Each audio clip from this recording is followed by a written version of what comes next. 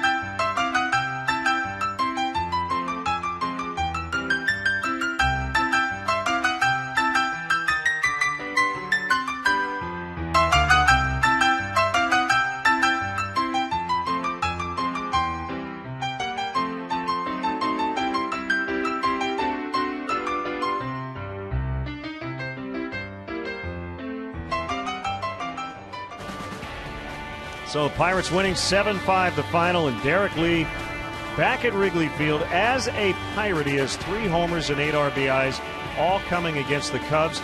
Alfonso Soriano hasn't had a bunch of hits against the Pirates, but he's driven in 14 runs and has 4 home runs. He's not in the lineup today. Brian LaHare gets his first Cubs start in left.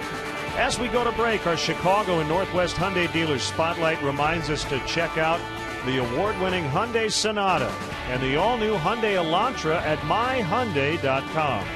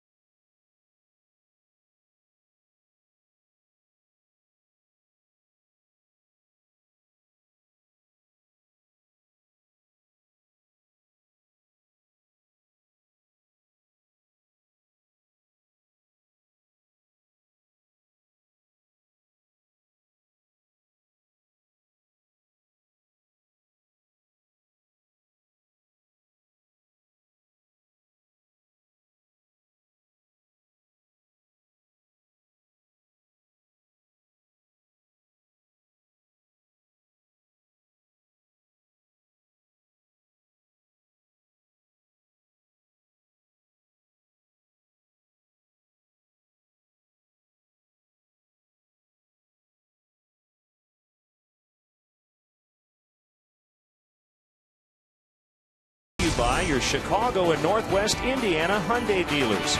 Check out the award-winning Hyundai Sonata and the all-new Elantra at myhyundaichicago.com. Well, Carlos Marmol with a blown save yesterday. That's 9 on the season, tied for the most in the major leagues. And there has to be some concern about a guy who was so dominating in 2010. Let's hear from Mike Quade, who wants to give him a chance here over the next 3.5 weeks to straighten things out. You know, you keep putting people in a position to do what they need to do, and you know, you hope he straightens it out. I think the best thing for me, if there's anything from yesterday, is that he had overcome the last tough time and it really was pitching pretty well. But these things have crept up on him more this year than they have in the past. So he's going to have to continue to try and figure things out and just make better pitches. I mean, doubt he would go into next year as the closer? Oh God, Sully, the last thing I thought about was next year. I mean, we just want to get people through this year in as good a shape as we can. Finishes strong and everything else. Thoughts about next year should probably come sometime in October and November, I think. Right now, it's just the work that needs to be done right now, and we're looking for the guy that he's been all these years, and he's looking for that guy sometimes too. So that's Mike Quade. Time now for Bob's AutoZone tip of the day. Today it's watch Randy pitch well. The tip of the day brought to you by AutoZone for the auto parts, accessories, and advice you need. Get in the zone. AutoZone.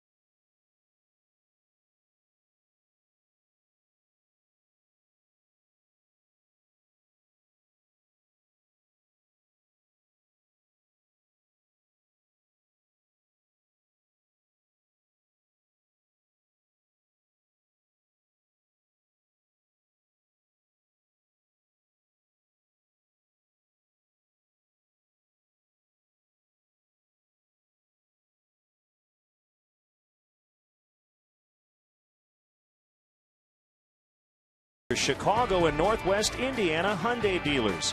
Check out the award-winning Hyundai Sonata and the all-new Elantra at myhyundaichicago.com.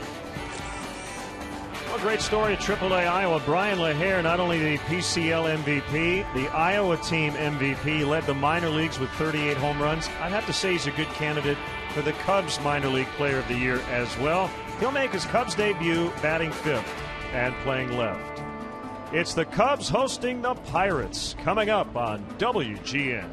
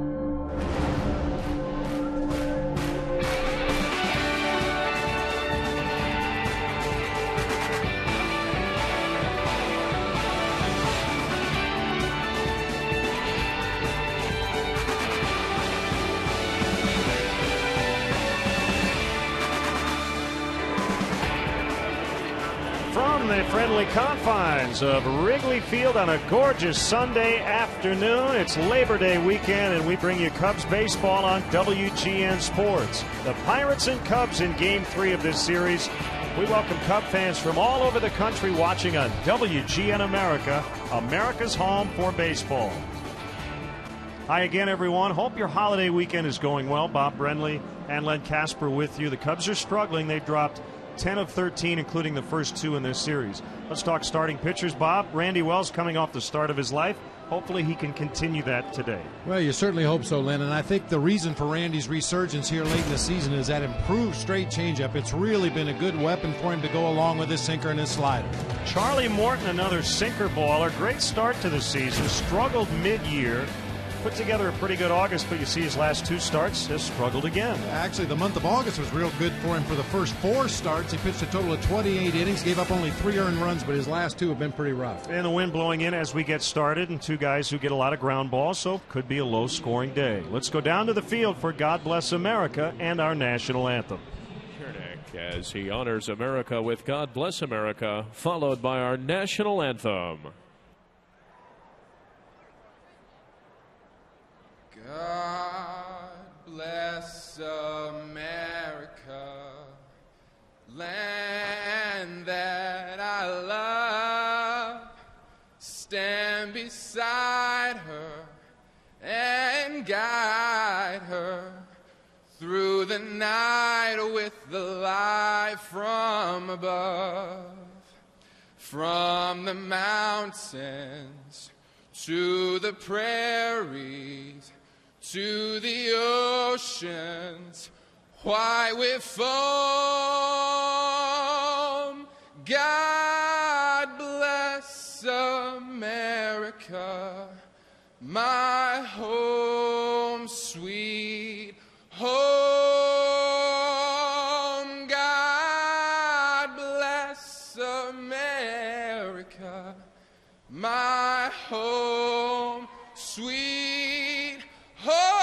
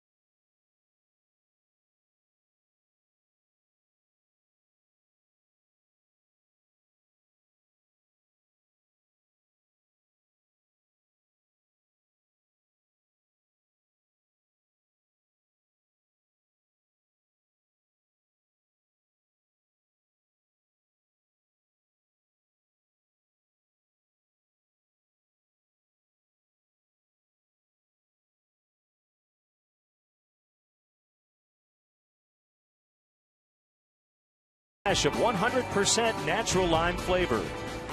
Pepsi Max, the official soft drink of Major League Baseball and your Chicago Cubs. 0 calories, maximum Pepsi taste. Ford, the newest vehicles on the road are now at your local Ford store. Like the all-new Ford Explorer, SUV, 100% reinvented. Visit localfordstores.com. Ford, drive one.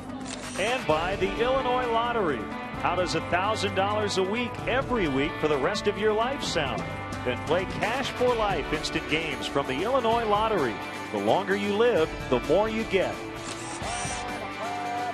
Chicago Cubs baseball in high definition is brought to you by Xfinity, only from Comcast. Today's game is available in Spanish on your SAP audio setting, provided by WRTO La Tremenda, Chicago Spanish language sports leader, with Elio Benitez and Hector Fabregas on the call. Now let's get the Pirates starting lineup. What a series for Alex Presley. His last 3 games going back to Thursday against the Dodgers. 8 hits. Josh Harrison, Andrew McCutchen, Derek Lee, the hero in the 9th yesterday. Neil Walker at second. Garrett Jones in right, Ronnie Cedeno at short, Michael McHenry the catcher, and Charlie Morton will do the pitching. And let's check out how the Cubs take the field defensively today behind Randy Wells. Brought to you by Pepsi Max, the official soft drink of Major League Baseball and your Chicago Cubs. 0 calories, maximum Pepsi taste. Some changes today for Mike Quaddy. Brian LaHare getting his first start in left field. Marlon Byrd in center. Tony Campana over in right field today. It'll be Ramirez, Castro, Barney, and Pena once again across the infield. Coy Hill doing the catching today for right-hander Randy Wells.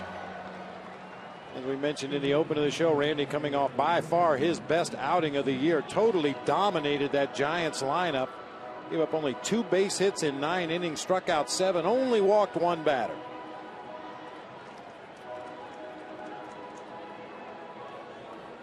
So Presley will dig in, with Ramirez in at third. Just a few clouds above, but a lot of sunshine. And we're underway. Ball 1 according to Corey Blazer. Jim Wolf at first, DJ Rayburn at second, Ron Culpa is at third. Crosswind out of the northwest at 11. 70 degrees.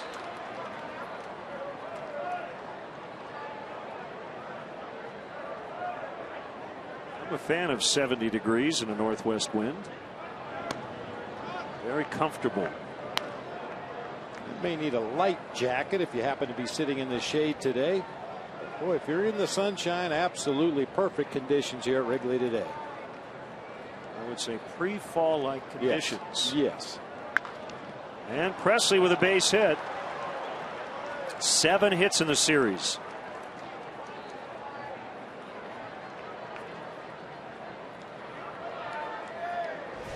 The young man just continues to get the barrel of the bat on the baseball and find holes in this series. This time right back up the middle of the field. He has sprayed them from foul line to foul line with authority in this series.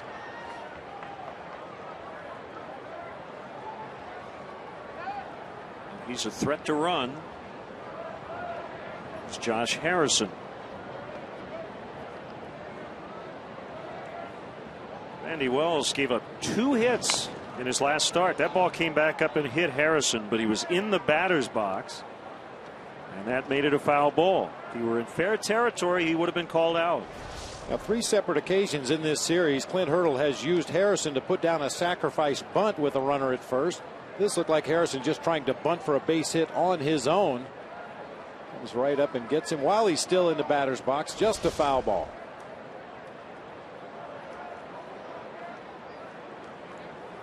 Pirates have really improved on the road. After a brutal year last year away from PNC, they've won 16 more games on the road. Last year went 17-64. This year they're 33-37. Yeah, their road record's actually better than their home record at PNC Park, where they're 7 games under 500, only 4 under on the road. Popped into shallow center, and it's going to be caught by the striding Marlon Byrd.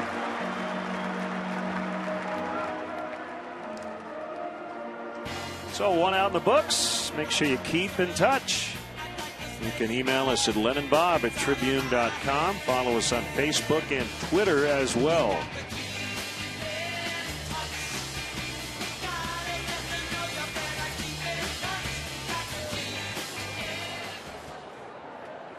Catchy little tune. It is.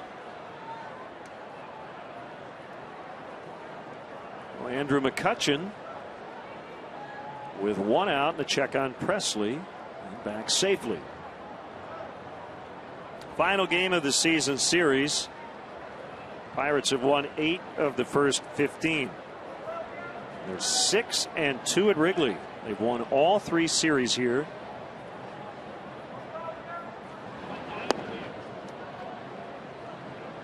And this is a guy that Randy Wells is going to have to keep in check to have any success today. Andrew McCutchen has beaten up on Randy Wells in his career. 8 for 16 lifetime.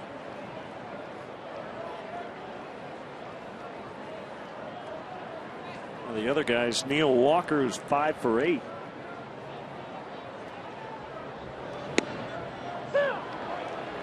Sinker for a strike. But so far so good with that sinker for Randy Wells. Very similar to Casey Coleman in that when he keeps that sinker down around the knees with that late movement, he can get a lot of ground balls, a lot of called strikes down there at the bottom of the kneecaps. However, when that pitch strays up mid-thigh and above, it becomes very hittable.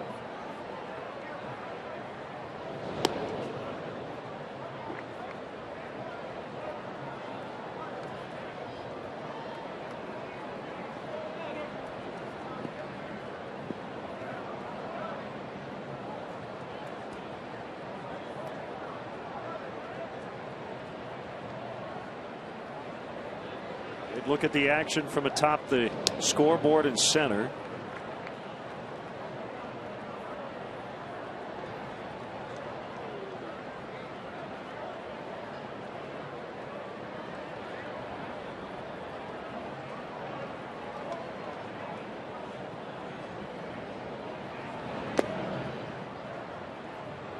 You mentioned Presley's speed at first base, 6 stolen bases in 9 attempts in limited playing time up here at the major league level, but there's no question we've seen this guy run the bases in this series. Doesn't have the explosive first step or two for a guy like Tony Campana. However, he gets up to top speed in a hurry.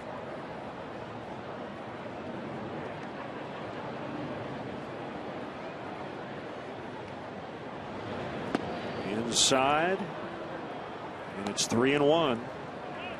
Derek Lee on deck.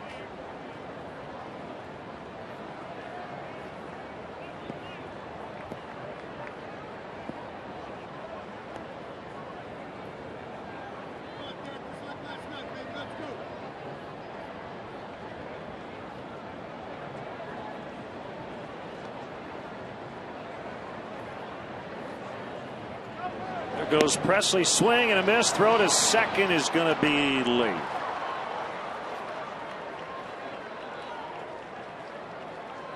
So a 3-2 count on the hitter. Presley now in scoring position. A big part of becoming a good base stealer at the major league level is picking good pitches to run on. That time Presley picked an off-speed breaking ball. Takes a little bit longer to get to the catcher. Coy has to stay back just a little bit longer so he doesn't get involved with that hitter's swing, and that's all Presley needed to steal that base.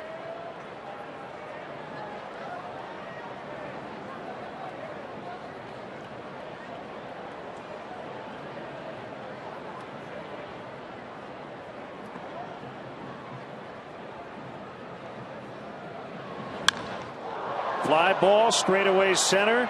Bird back on it, and he's going to get it on the warning track. Presley tagging, and he'll stand at third.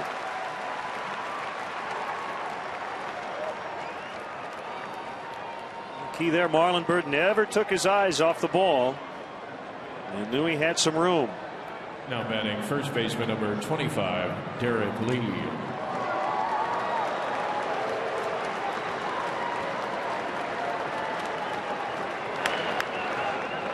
Cub fans still appreciative of Derek's time here, but not very appreciative of what he did yesterday. Maybe not quite as many after that grand slam yesterday.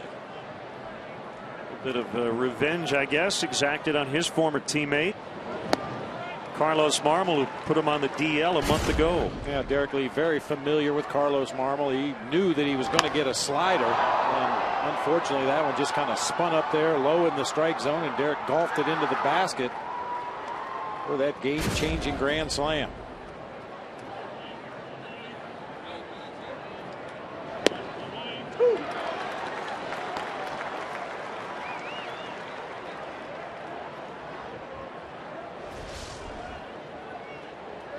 Again, good location down at the bottom of the strike zone. May have gotten the benefit of the doubt on a borderline call right there, but take advantage of it. Inside. Bob, according to just a quick look at the Cubs lineups this year, this is the first time Coy Hill has caught Randy Wells since May 28th, and that was against the Pirates here at Wrigley Field. So it's been a while. So pretty familiar with one another. And that one is lined out into right center, and Derek Lee does it again. It gives him 9 Pirate RBIs, all versus the Cubs, and Randy Wells gives up another first inning run. That continues to be a problem not only for Randy Wells but the entire Cubs starting rotation, giving up those early runs. Nice piece of hitting by Derek Lee to stay on that pitch on the outer third of the plate and line it into right field to put the Pirates on the board.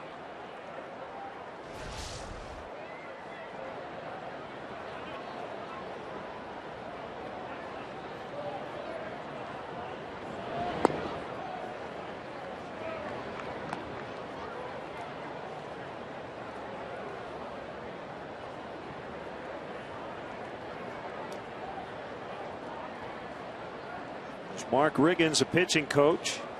Walker without a hit in the series, but he's walked 3 times and has scored twice. Swing and a miss, 1-1. He's lived up to his name in this series. Neal? Oh, no.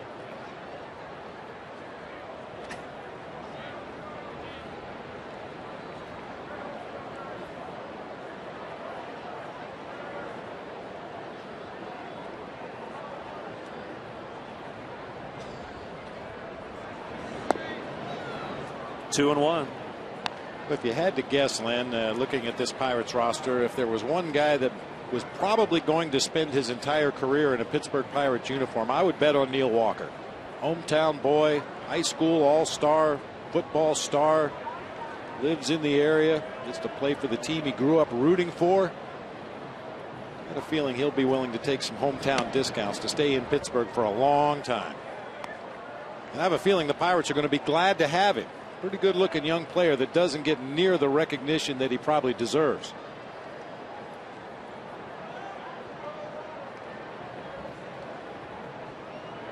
This has been a very favorable matchup for Walker. 3-2. Derek Lee will get a head start with 2 outs.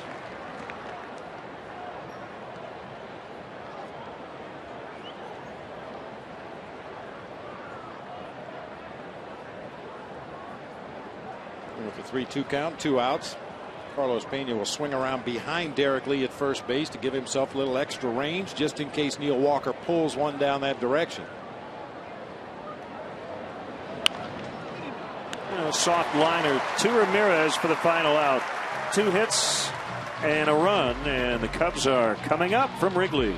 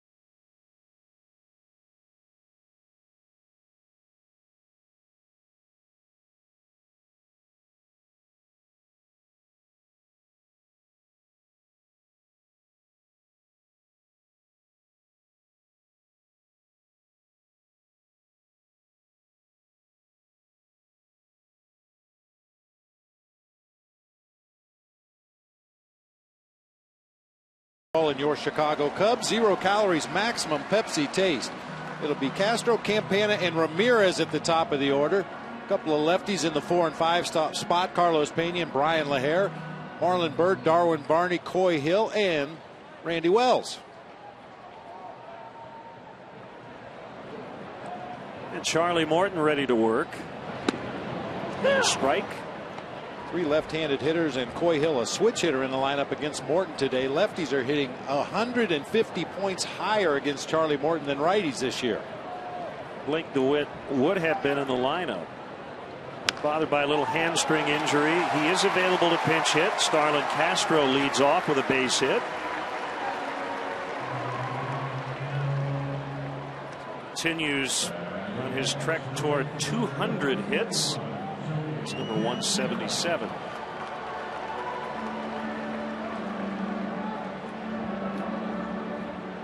It'd be a good idea for the Cubs offense to look down in the zone today. Charlie Morton featuring that heavy sinking fastball.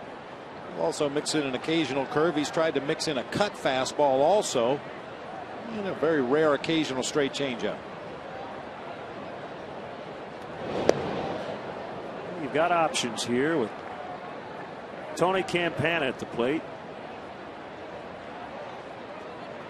The guess here is that he'll try to bunt for a hit and at the very least get Castro to second. I think that's a good guess.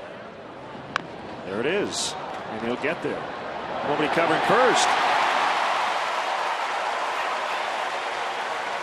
I don't know of another guy I've ever seen who, when he gets a bunt in play, makes it look easier to reach first. I can't think of anybody that has the combination of bunting ability, first of all, and then the ability to just outrun the defense to the base at first. I mean, once Derek Lee gets committed into no man's land, there's no second baseman in the game that's going to win that foot race with Tony Campana.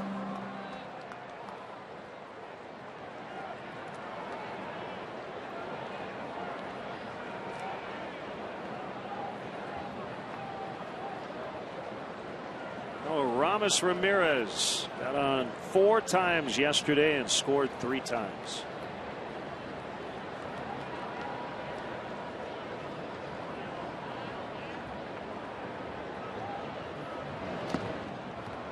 Henry trying to locate it, and Campana caught up, and he's going to be out.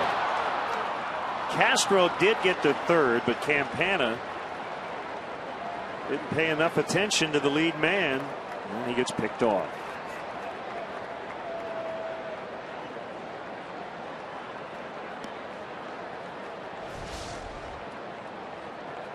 Boy, as the trail runner, you have to constantly have one eye on the runner in front of you. You could see Castro did not immediately pick up that ball was behind the catcher. From his angle at first base, Tony Campana probably did see the ball behind the catcher, assumed that Castro was going to advance, got out there in no man's land. And Ramirez pops it up. Castro ready to tag, but it's not deep. Walker the catch. Castro about halfway up the line. He's going to have to hold. Once again, on that Campana play, a lot of times it's your perspective. What can you see from where you're positioned on the field? And then right there you saw Castro bluff toward third base a couple steps. Campana saw that, assumed he was going to continue to go, and that's when the bad things start to happen. But a lot of times as a base runner at second base, you don't see how far the ball gets behind the catcher, but the runner at first base can see. That's how sometimes the confusion is created, just because of your perspective. Doesn't that trail guy, though, have to be a little extra cautious? Absolutely. You've got to always have one eye on the guy in front of you and wait to see what he does before you commit. I guess the thing about Tony is you never really worry about him getting thrown out. Even if he waited an extra half a second and saw that Castro was going, Campana would have easily gotten to second. But at any rate, it's up to Carlos Pena here with 2 outs. And chances are McHenry wouldn't even have risked a throw to second base had both runners been advancing. The much shorter throw is to try to go to third base and get Castro. So, yeah, maybe a little more caution that particular play. But the other side of it is aggressiveness is what you ask Tony Campana to display. It's his strength.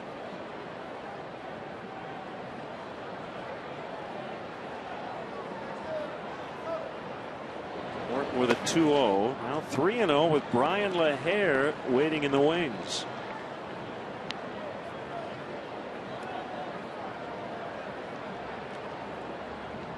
His first major league plate appearance since 2008. Can you hear that? 150 with Seattle. The heartbeat. The closer he gets to that batter's box, the higher his heartbeat is. 3-1 to Pena.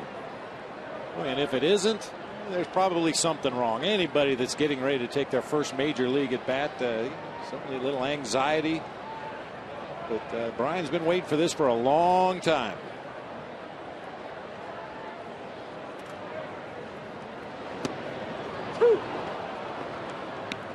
Morton back in at 3-2.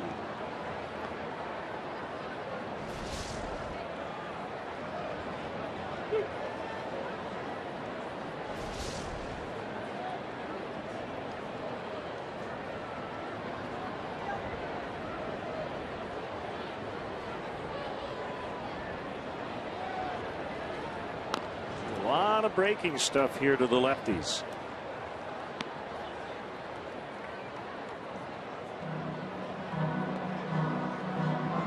Going to rely heavily on that sinking fastball. He'll work it on both sides of the plate. We've seen him use it to lefties where he starts it pretty much right at their front thigh, tries to tail it back over the inside corner. If he needs a ground ball, he's more likely to go to the outside corner to the lefties, try to get that top spin grounder.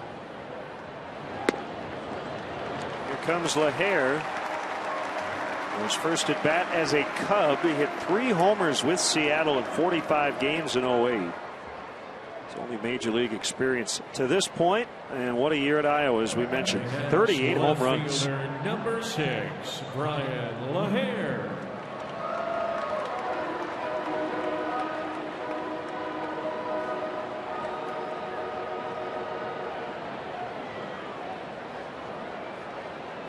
Gaudy numbers with AAA Iowa this season.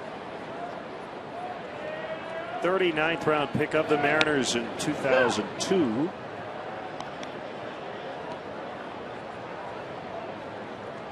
"28 years old. Born in Worcester, Mass.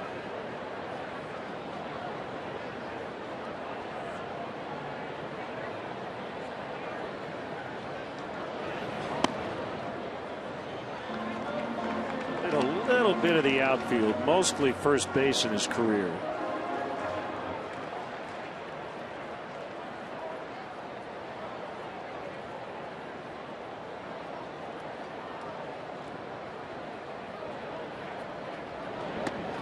Woo. 1-2.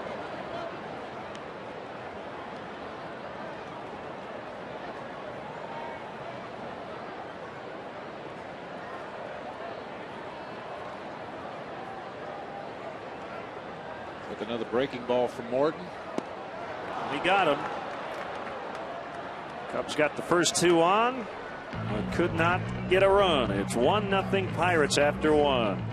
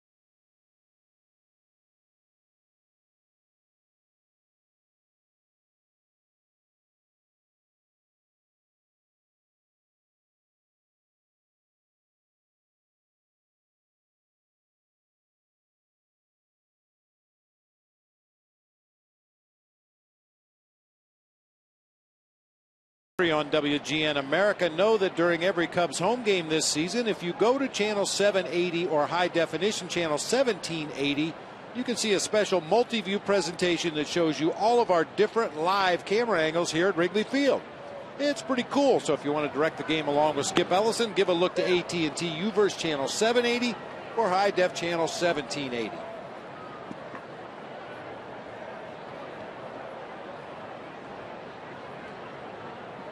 Garrett Jones, game-winning RBI double Friday, pinch hit game-tying sac fly on Saturday for the Chicago area native, born in Harvey, Illinois, town of our good friend Tom Dreesen, and Lou Boudreau as well. Bird still going back, and he reaches, can't get it. Jones will stop at second with a double. I don't know if it fooled Marlin, but it just kept on going.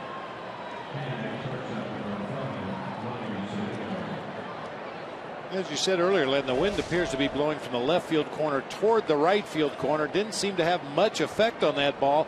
I think Marlin got fooled because it looked like Garrett Jones hit that ball out near the end of the bat. And usually the ball will not carry as well if you hit it out near the end, but that went over Marlin Bird off the vines in straightaway center for a leadoff double. The other thing to consider, the sun is an issue for Bird on plays where he has to go slightly to his left into right center. And it looked like as he reached out, that ball just kind of missed the glove.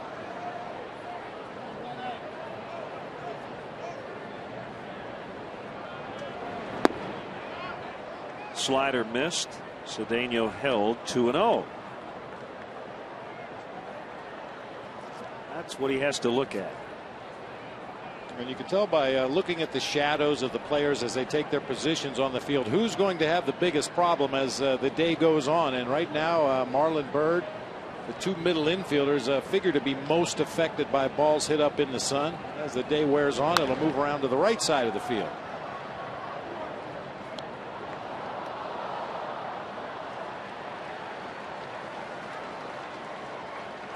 When you come to the ballpark for a 120 start, just watch the defenders between pitches. Guys in the outfield, they're constantly checking the sun and the flags. Yep. And then communicating with each other ideally.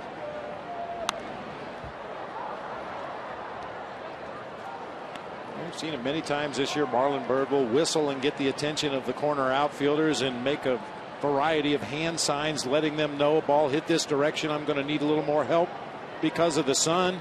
Or he'll point at the flags, just alerting the corner outfielders which way the ball's likely to be moved if it's hit between them. Anything you can do ahead of time could possibly eliminate some confusion during the play. Base hit center field. Jones will hold. Nick Leba putting on the stop sign. First and third with nobody out.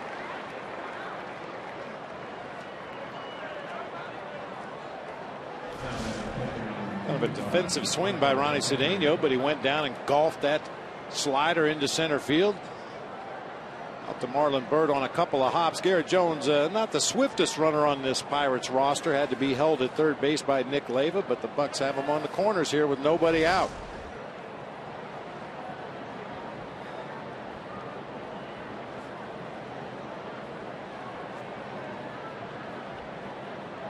Michael McHenry,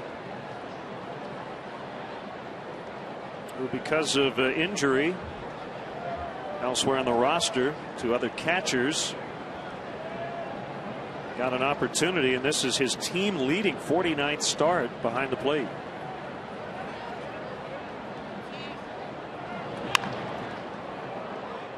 He'll take a hack. Yes, he will, and he's going to try to pull the ball to the left side. Should Ronnie Cedeno try to run from first base, you would assume that Darwin Barney is going to have all the coverage at second. And when you have a batter at the plate that's more likely to hit the ball to the left side of the infield, obviously you want to keep your shortstop and third baseman in their positions. And I would guess that Darwin Barney has responsibility for all coverage on any run attempt by Ronnie Cedeno.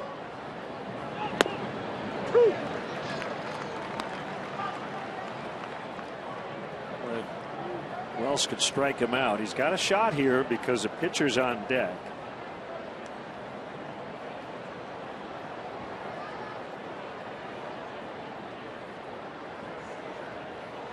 Morton, by the way, a right-handed hitter. He's taking some practice cuts left-handed.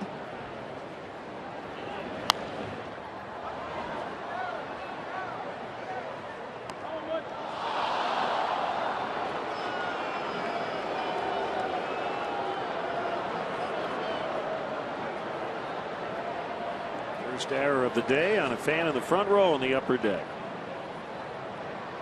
Tough chance, but it is. Well, you don't want to lean too much. Probably should have made the play anyway, but.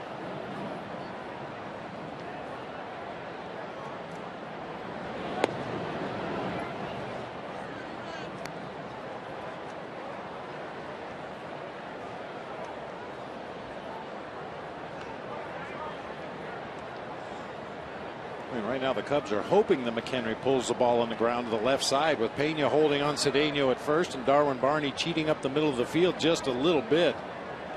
Huge hole on that right side of the infield.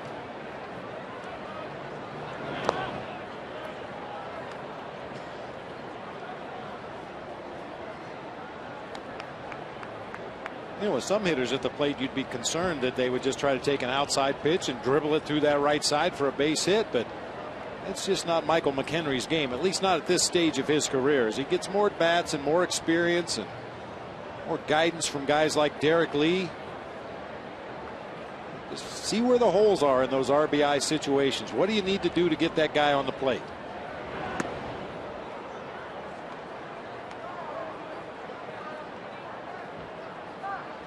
The last two pitches inside, now 3-2. We'll see if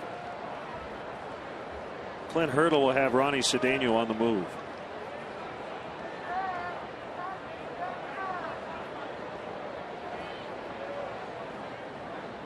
With nobody out.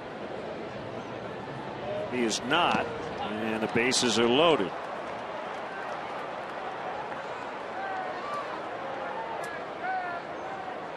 That's a guy you just can't let off the hook after you get the 8-hitter down 0-2. It really wasn't close, at least not close enough to get McHenry to offer at any of the pitches before taking the base on balls. I mean, Michael McHenry, from what we've seen from him in limited experience this year, he wants to swing that bat. He's not a guy that's likely to take a lot of base on balls. Well, Morton was 2 for 43 on the year. I wonder if Clint Hurdle is just going to tell him take him. Don't hit into a double play. He's got Alex Presley on deck. If he strikes out, at least Presley bats with only 1 out. Did you do that on occasion? Oh yeah. Bases loaded, nobody out. We had a couple pitchers that didn't swing the bat well at all. I wanted to give them the take until they got to 3 strikes. And then you're okay. Yeah. You can hack away. Come back to the cage and swing all you want. Little blooper. Oh. Foul. Whew. Thank you, wind. Just a little bit of push got that ball into foul territory right there. That looked like disaster off the bat of Charlie Morton.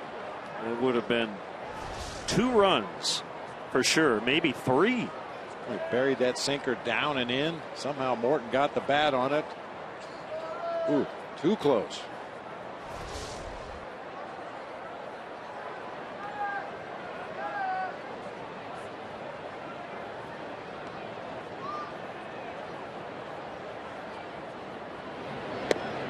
Woo. 1-2.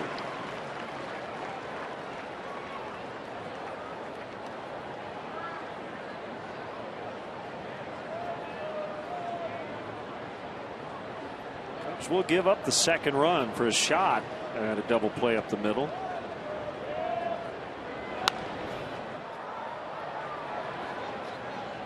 Ramirez playing in at 3rd base. Ball hit to him. He more than likely would go home to cut down Garrett Jones, but the rest of the Cubs infield defensively playing at double play depth.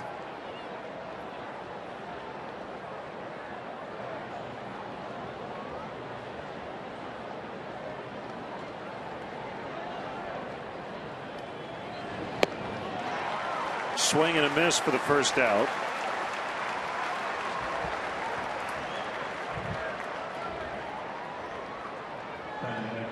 This has been a real sore spot for this Cubs team both ways. The bases loaded. The Cubs without a grand slam. They've given up the most, 7. And look at that. They have 12 extra base hits with the bases loaded, but they've also given up 12. 11 doubles and a triple for the Cubs with the bases loaded this year. Unfortunately, the 3 Cubs hitters that have had the most at bats with the bases loaded: Alfonso Soriano hitting .235, Starlin Castro hitting .182, and Marlon Byrd hitting .083 in those bases loaded situations. All right, how do you get this guy out? That's been the big question. 7 hits and 10 at bats in the series for Alex Presley. He has scored 4 runs.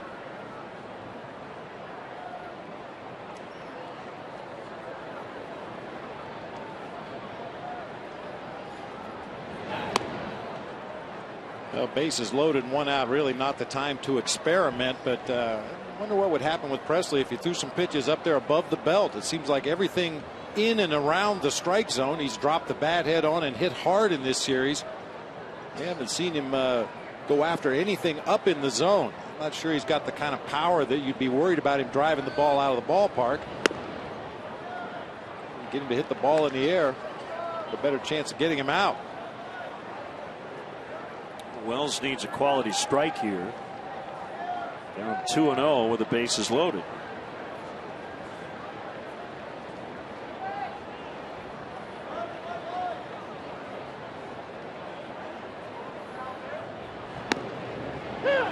It's that pitch we were talking about. Quality strike, pitcher's strike, 2-1. Just enough movement. Starts it on the outside corner. A little tailing action. Probably took it out of the zone a little bit, but a nice frame job by Coy Hill to get the call.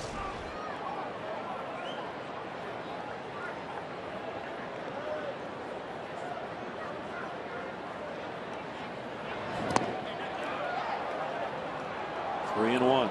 Well, it's easy for us to say because we've only seen Presley a handful of times.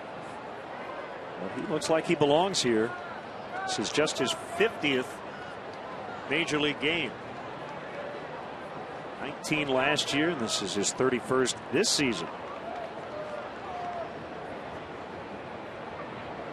26 years old.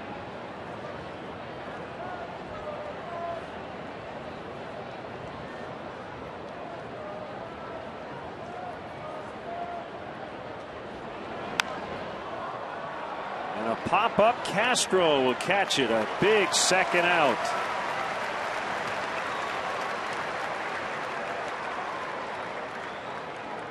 Wells gets Presley. He was down 3-1 and got him to pop out to short.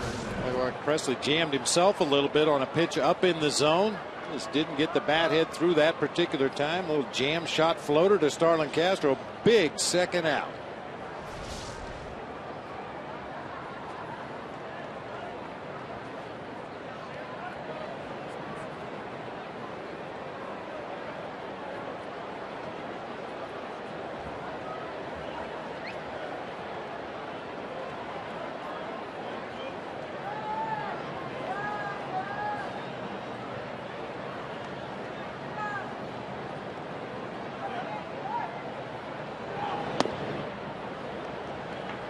Ball one to Josh Harrison, his 50th major league game, all coming this year. You see the split between the average and the on base percentage. That's because he's only had 3 walks in 159 plate appearances.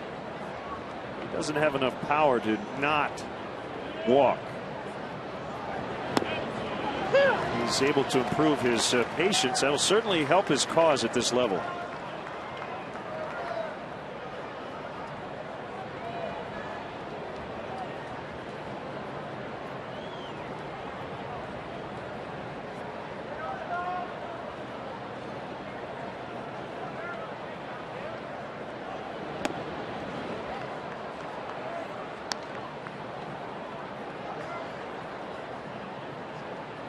Patience is such a tough thing to learn at the major league level. These guys come up from the minor leagues. We've talked about Harrison coming through the Cubs organization, and you get to the big leagues and You want to swing that bat. You want to show your team what you can do, that you can contribute and be a part of the team. High fly ball to left. It's Brian LaHare, and it looks like Marlon Byrd's going to take it. So Randy Wells, after the bases were loaded with nobody out, able to navigate around it. 1-0 Pirates.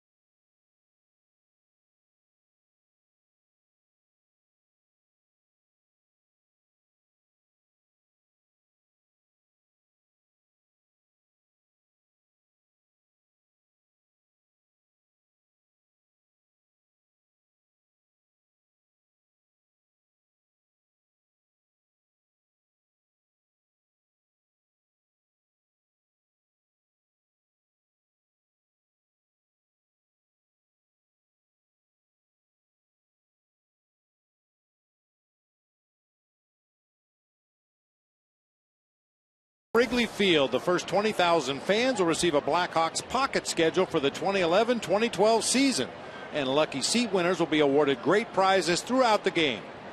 Don't miss the action as the Cubs battle the Reds at 1:20. For more information and to purchase tickets, visit Cubs.com.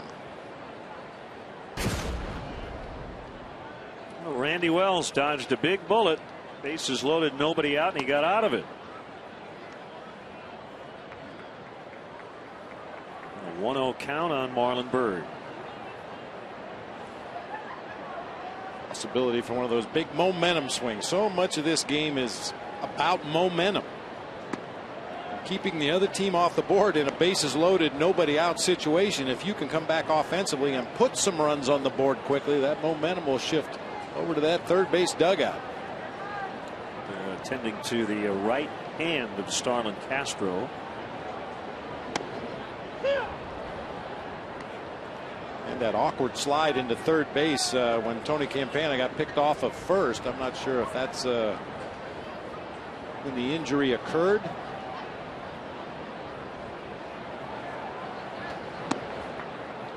Just missed. 3-1. That's that slide we were talking about when the Pirates threw behind Tony Campana at first. Castro going into third base, got his arms caught up underneath. Very awkward looking slide. Hopefully just a strawberry on that right hand.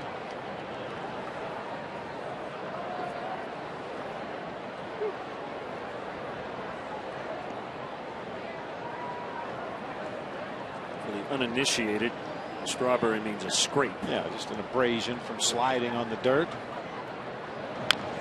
A lot of players get them on their knee, whichever knee they slide on, the right or the left. They get them on the knee area sometimes up on the hip area. For the guys that slide head first, you get them a lot of times on your forearms, near your elbow, on your hands, and also on your quads, right above your kneecaps.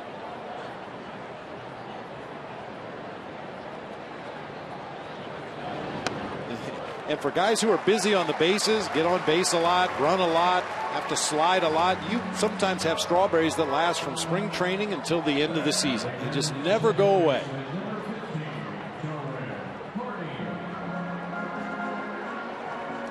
The Cubs dugout, but the Cubs dressing room as well. Wells adjusting.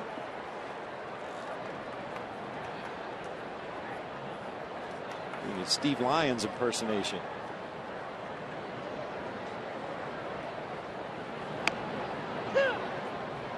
Strike on Darwin Barney. Manager would like to get him a day off here at some point. It's just 3 for his last 32.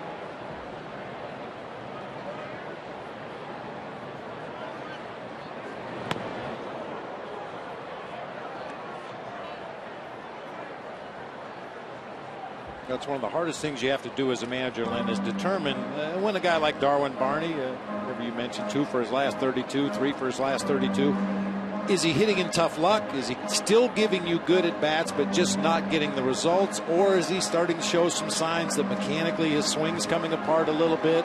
Is he showing signs that maybe physically he's getting a little worn out? That's where your experience and your eyes are your biggest asset. You watch your guys go through their pregame routine, see if there's maybe a little lessening of intensity, or are they favoring a leg, or are they favoring an arm? Is there something that's bothering them that's causing the lack of production? Or are they doing what they've done all year and just hitting into some tough luck? Definitely hit the ball hard yesterday. Bird running, and he gets in as a throw trailed toward the right field side. Michael McHenry, I think, asking for batter's interference, and he's not going to get the call.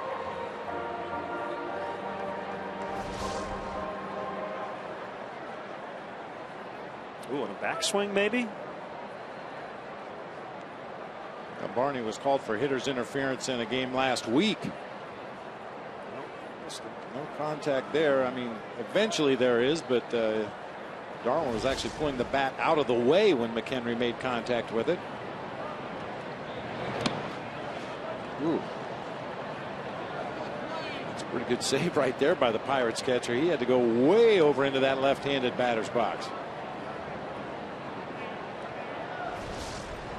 Well, that's a confidence builder for a pitcher. When you throw one that bad and your catcher is still able to get out there and keep the ball in front, that gives you confidence to bounce that breaking ball in the dirt in those 2 strike counts when that's the pitch you want to throw.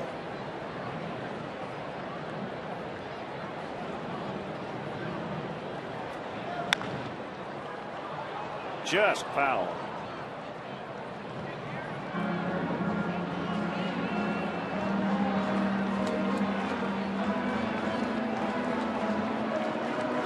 Some breaking balls up there as a pitcher, and they're constantly going to the backstop, and you get into a tough situation, you're a little more careful about not throwing that pitch in the dirt, and that's when you're more likely to make mistakes.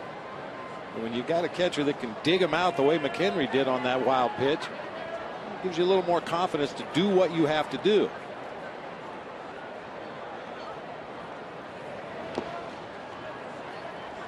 The dirt ball, 3-2.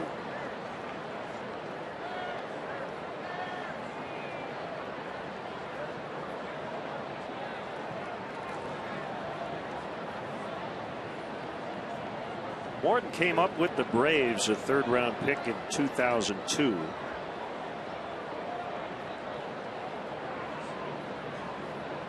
Pirates got him in a trade in 2009. He has reworked his delivery. As Barney walks, that's 2 walks to start the inning.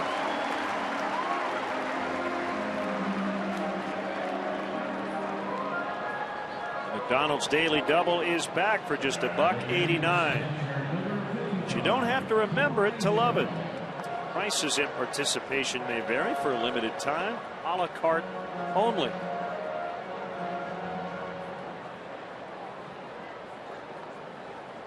W. Roy Hobbs here at the game today. The Blackhawks cap on. He's a day early for the Blackhawks pocket schedule. He probably already has one.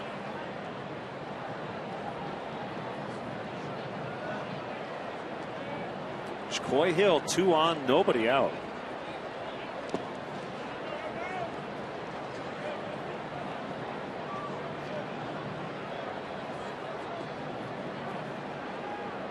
Morton just struggling to find a consistent release point. We've seen him throw some real nasty sinkers down across the bottom of the zone with a lot of movement, and we've also seen him throw a lot of these.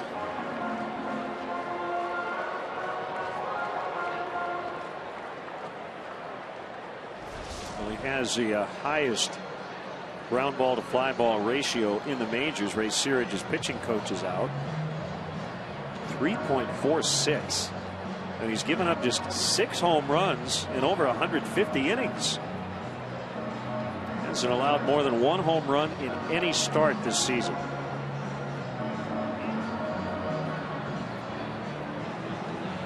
Delivery very similar to that of Roy Halladay. And over the winter watched video of Halladay.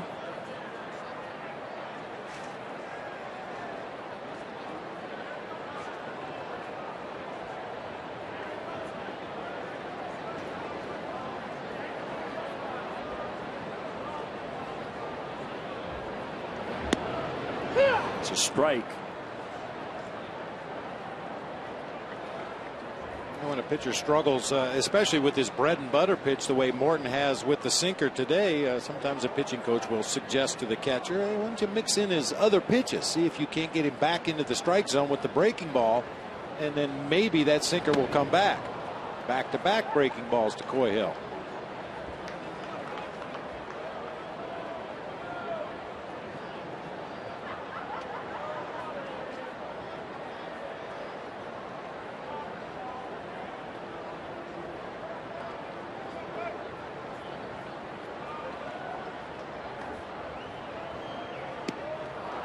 He struck him out. Yep.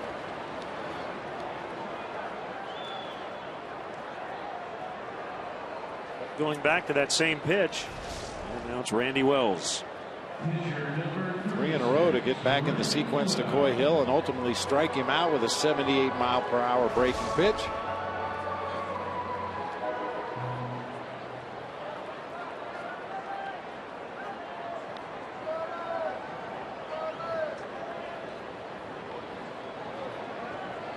St. Hubbins from Spinal Tap. I was going to say Sammy Hagar a little bit too.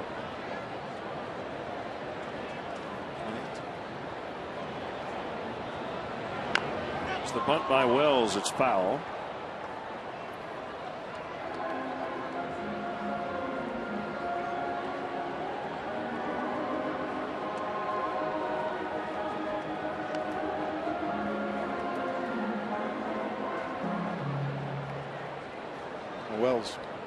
Wells' task right here is to bunt that ball down the third base line, trying to force Josh Harrison to come in and make the play.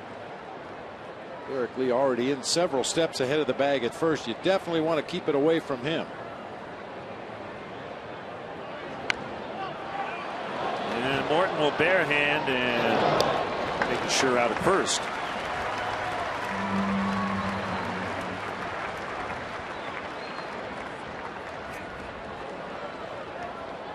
Nice job by Randy Wells that time.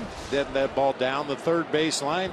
Good aggressive play by Charlie Morton. He had an idea about going to third base, but then decides just to make sure to get an out on the play. It'll be up to Starlin Castro. Try to pick up those 2 base runners here with 2 outs. Sack bunt of the year for Randy Wells. Just need a 2-out hit.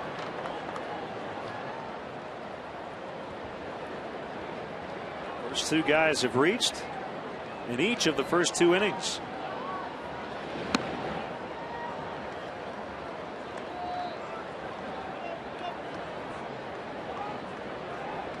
We want to send a special happy 70th birthday wish to our good friend Hawk Harrelson.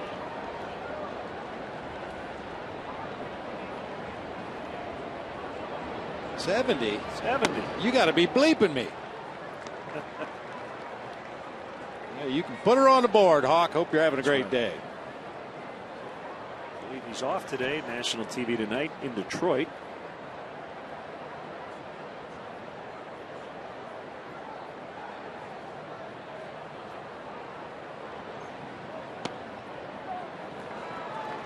We've been saying stretch. And he got there. Yes, he did.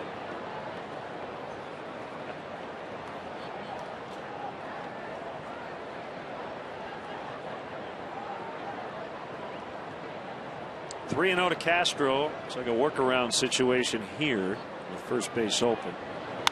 Swinging away 3-0. And he's going to fly out to Garrett Jones. Cubs strand 2. They trail 1-0.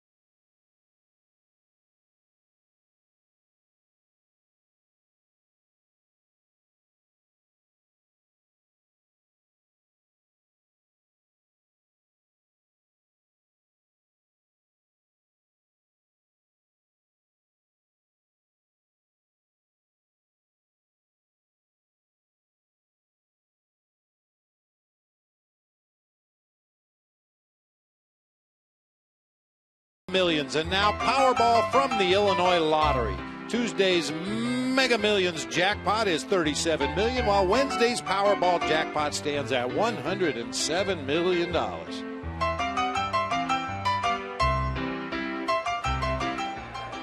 yeah. Back in time.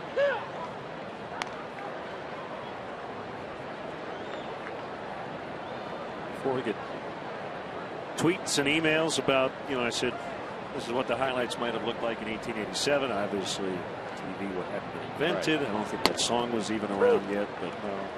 And the first shot, there was a guy talking on his cell phone. Well, you got the idea. Yeah. If all that stuff had been around, that's exactly what it would have looked like. We had the technology to produce it. That's what it would have looked like.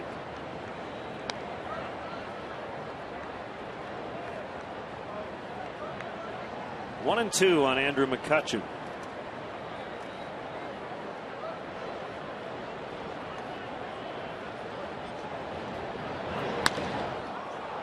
Fly ball sending Campana going to the 368 marker.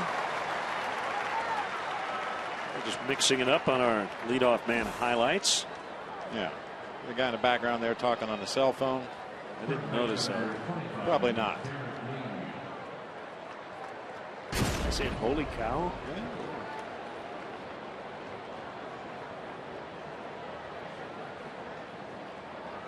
They did have cold beverages, I believe, back in 1887. Thank goodness.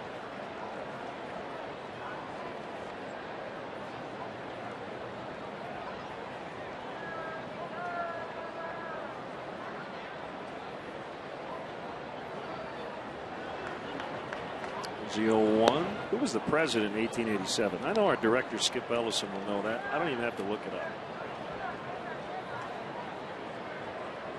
You remember? Grover Cleveland, we think. A baseball tie-in with the name.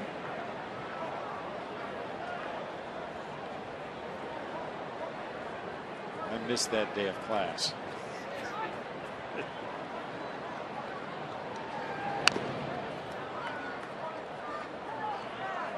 And Grover Cleveland started up the idea of Labor Day. See, we tie it all together.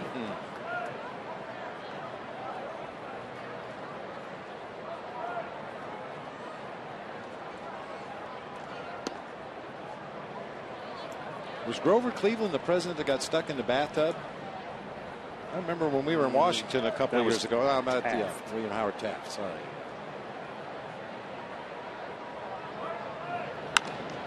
Ground ball, base hit.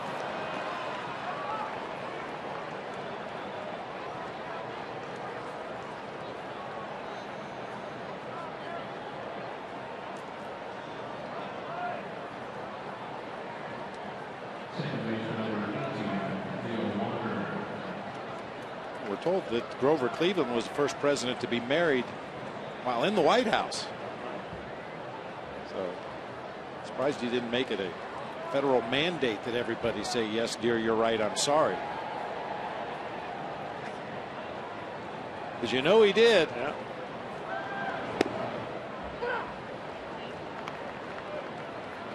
He'll probably flick his cigar ashes in the rose garden. Did you do that, Grover? Yes, dear. You're right. Sorry.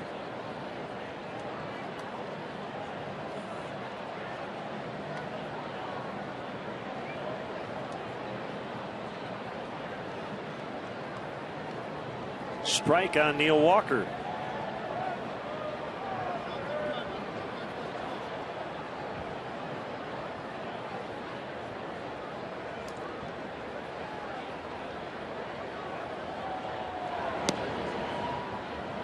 Well, I got an interesting note here. Brinley Moore is here today with her brother Brady from Lovington. Brinley, B-R-Y-N-L-E-E, was named after you because Mom and Dad watch the Cubs. How about that? I've had my last name misspelled a lot of different ways, but I think that's a first. B-R-Y-N-L-E-E. How about that? Oh, Brinley Moore. Good luck.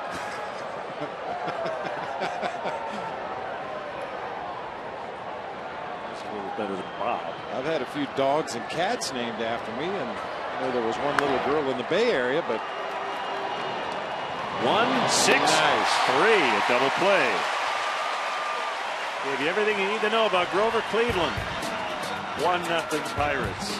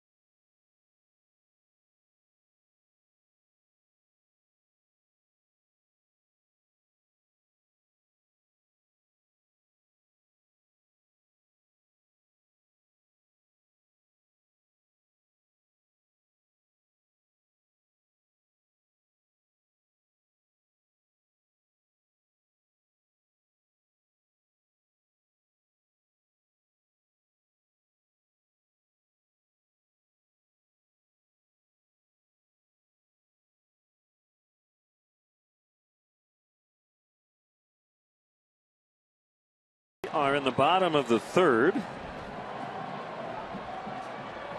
Tony Campana leads it off.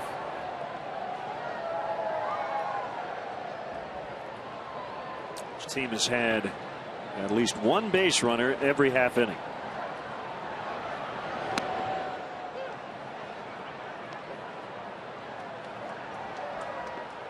Tell you what, Campana could lay down that same bunt what he did in the first inning, and he beat it out again.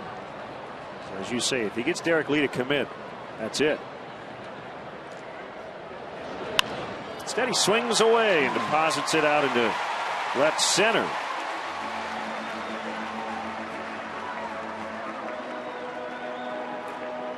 Don't forget to check out our WGN Baseball blog on WGNTV.com. I have a post on the Cubs' struggling closer Carlos Marmol. We have John Lovitz singing the stretch. Do your job.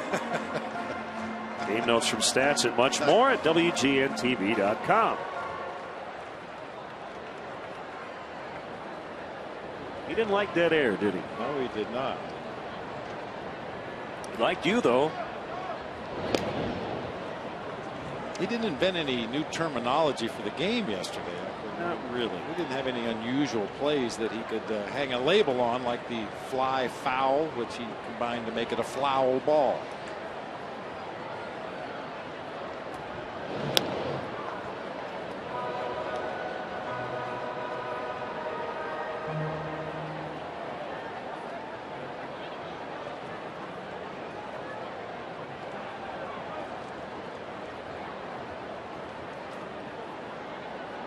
Campana 17 out of 18 this year, and they get 18 out of 19. Got the best stolen base percentage in the majors.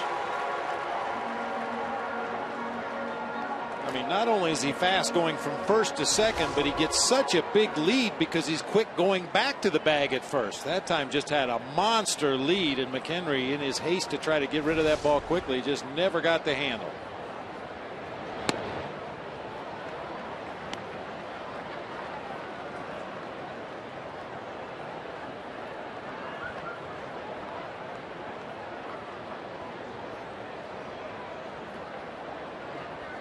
Last time the Cubs saw Charlie Morton, he was at his best.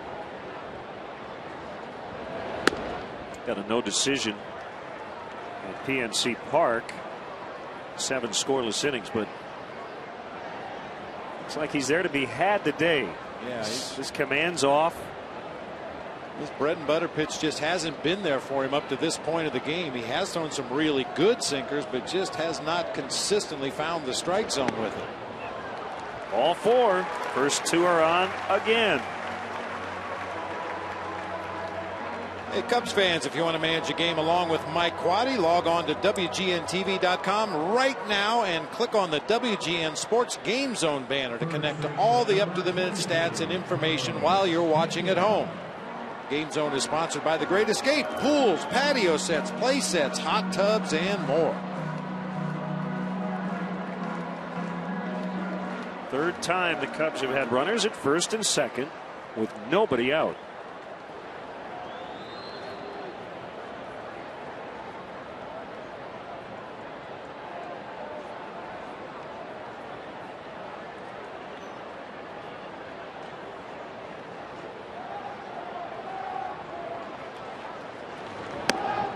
I'll tell you, Lynn, guys who are a threat to steal third base take a different lead off second than guys who are just going to wait to be driven in.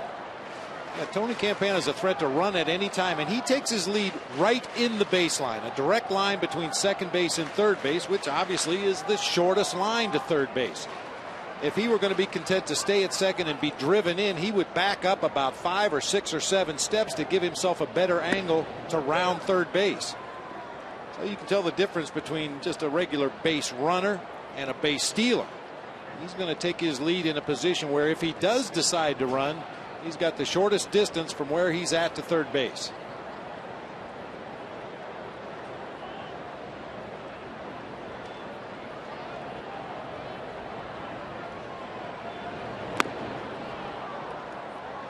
One and 2 on Pena.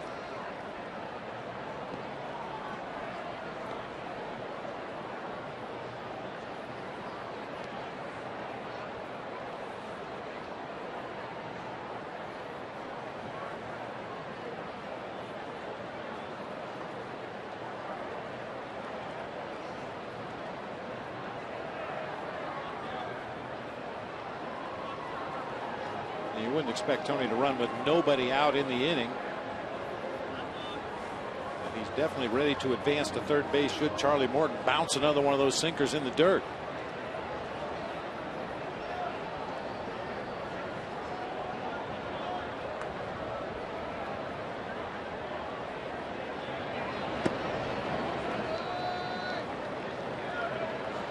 2-2.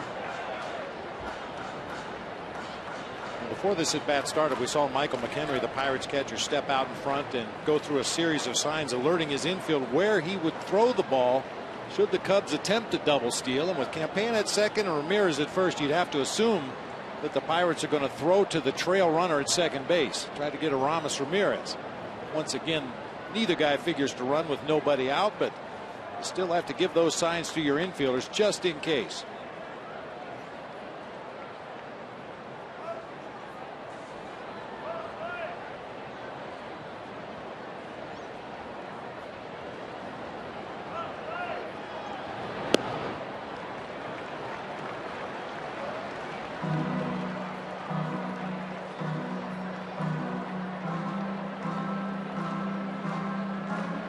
Think about sending him here.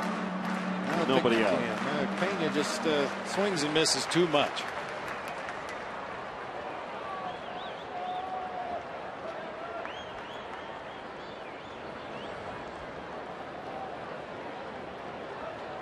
Not running, and a ground ball. 4, 6. Throw gets away, and Campana will score. We're tied.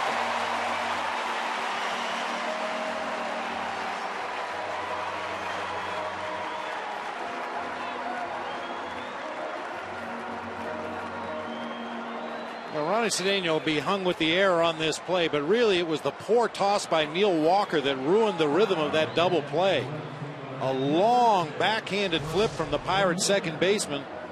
Yeah, forced Cedeno to just kind of hang there and wait for the ball to get to him. Ultimately it's down low. Cedeno pulls his throw out of play past Derek Lee. Error by Cedeno, allowing the tying run to score.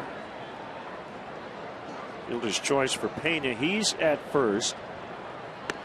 And a swing and a miss by Brian LaHare.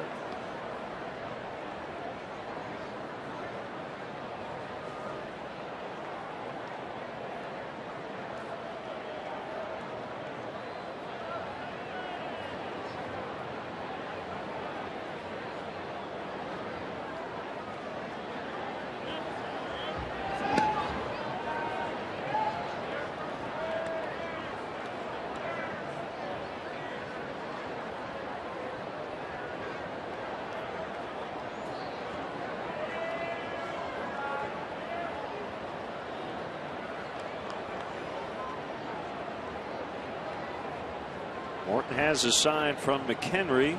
It's a bouncer foul.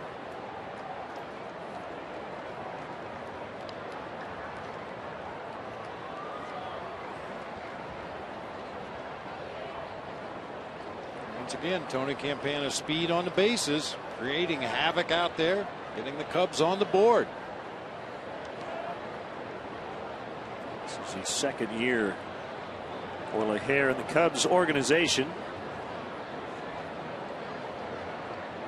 A pretty good year in 2010 with Iowa, 308 with 25 home runs.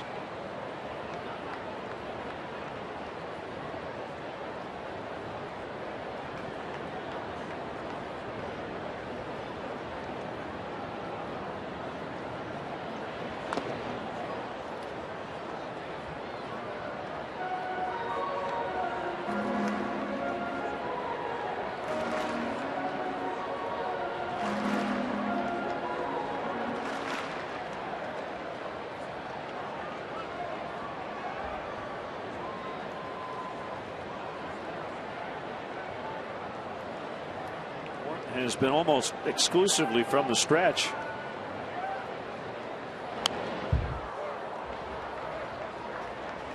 The 27th annual Cubs convention will take place at the Hilton Chicago on January 13th, 14th, and 15th, 2012.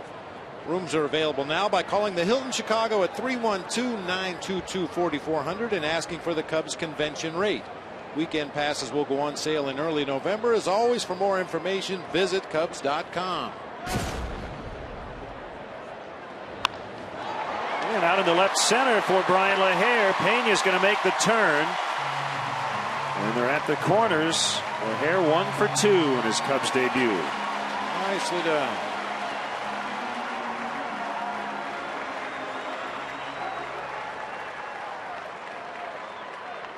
We watched Brian LaHare take batting practice before the ball game today, and we weren't sure if it was just part of his pregame routine or whether it's his regular swing, but a lot of inside out, lead with the hands, swings like that one he had right there to produce that base hit into left center field. Breaking ball toward the outside corner, just went out and got it. Congratulations on number one, hopefully the first of many. Good base running that time by Carlos Pena as well. He noticed Alex Presley was moving laterally hard. 5-4-3. This time they do turn it, and it keeps the game tied as a double up. Marlon Byrd 1-1 after 3.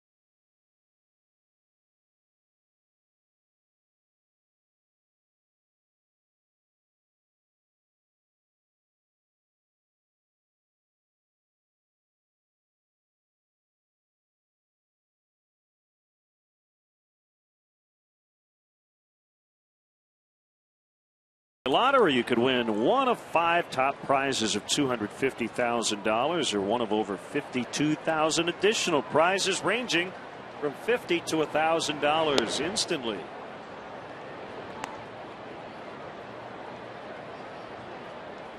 Brian LaHare making his Cub debut with a base hit in the 3rd inning. The Cubs would get a run on a throwing error by Ronnie Cedeno, and it's 1-1 here in the 4th. That run was earned.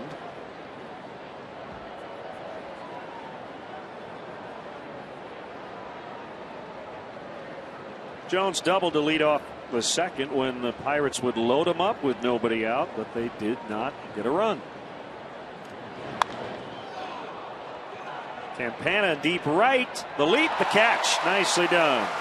On the warning track for the out.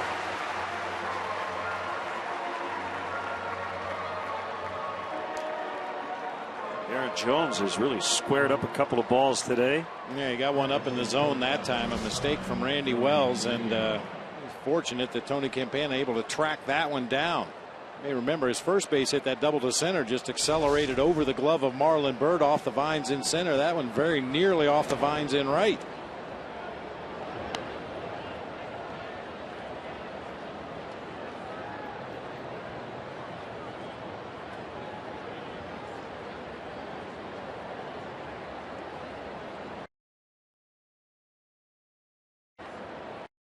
Cedeno. You know, outfielders are talking.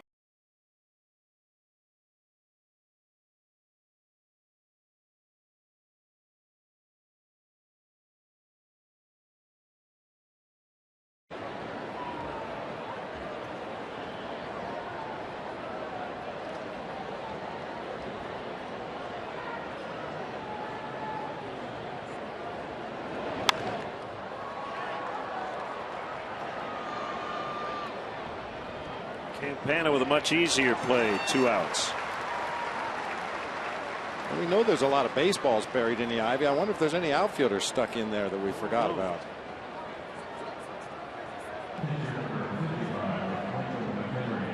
Guess we'll have to wait till October. A bunch of National League outfielders falling onto the warning track.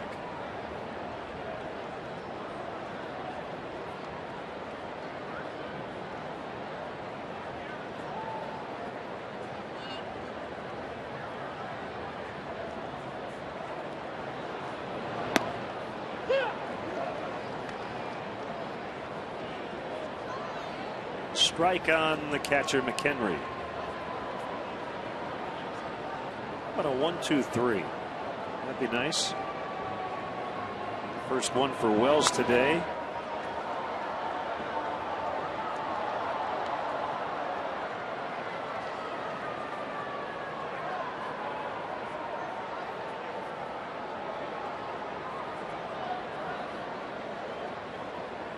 We talked about the momentum swing when you're able to keep a team off the board after loading the bases with nobody out. It also is a huge boost to that pitcher. It gives Randy Wells an opportunity to maybe settle in, make better pitches, get the better splits between his off-speed pitches and his fastball.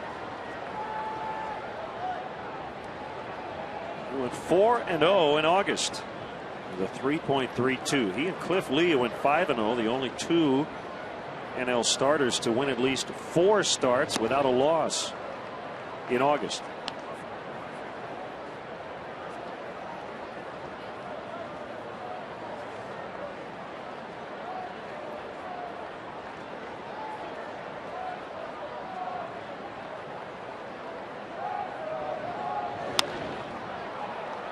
Fly ball to left.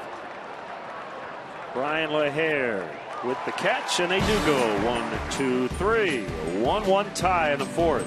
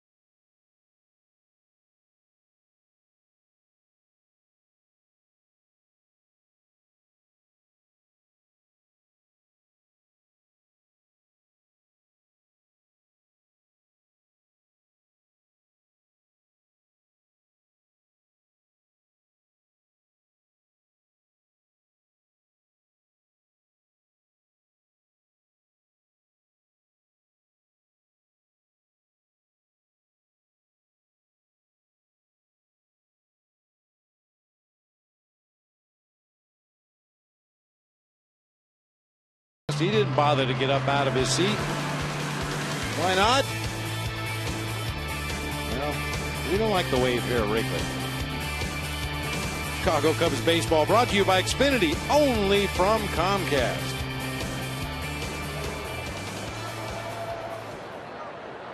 Beautiful day here at the ballpark.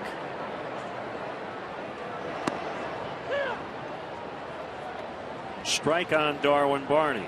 A 1-1 tie.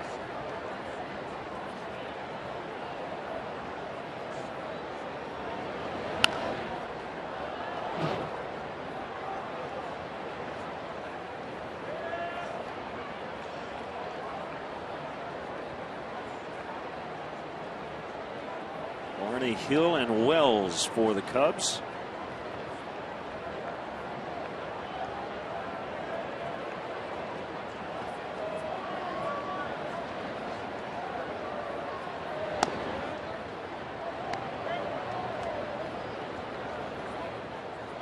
Morton was born in Flemington, New Jersey, a high school in Connecticut.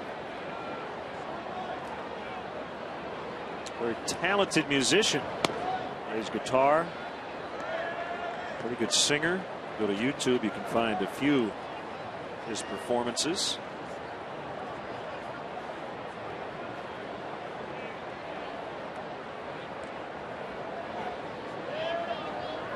An awful year last year. 2-12 with a 7.57 as Jones will make the sliding catch in right.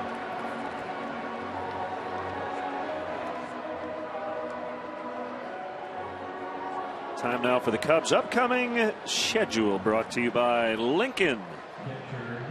It's not just luxury, it's smarter than that. Feel smarter at Lincoln.com. Labor Day action here on WGN. Tomorrow afternoon, Dontrell Willis versus Matt Garza. Reds and Cubs will also be on WGN Sports on the U on Wednesday evening, 7 o'clock. Coy Hill, one hopper gets past a diving Neil Walker and into center.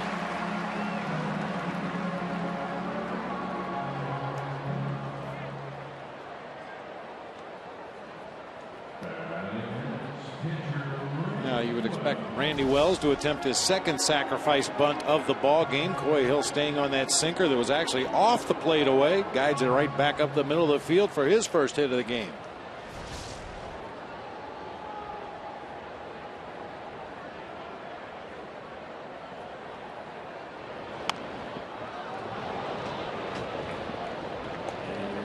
Lee will apply the tag.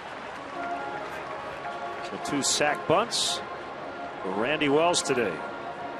One down the third base line and that one down the first base line. Both perfectly executed. Randy did not want to just run into the tag and make it easy for Derek Lee, so he backpedals a little bit. He says, "Come here." Just want to make sure that runner gets to second base.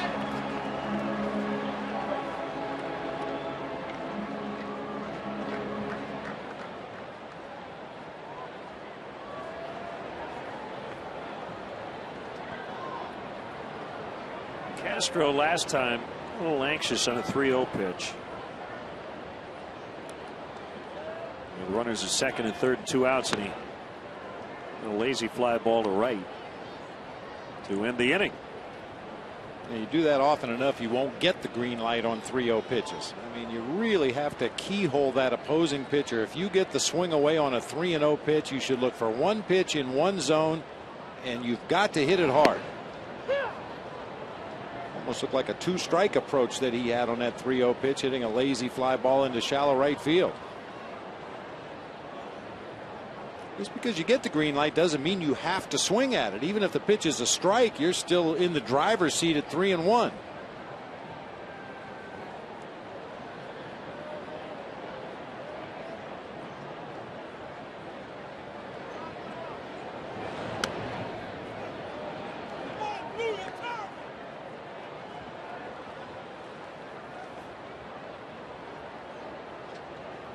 All Hawks just playing catch.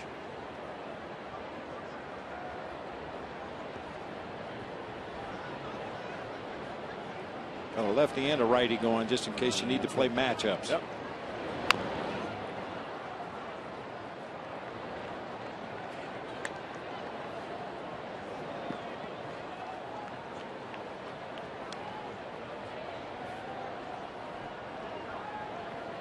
Matt Garza will pitch tomorrow against the Cincinnati Reds. And a lot better than his 7-10 record indicates.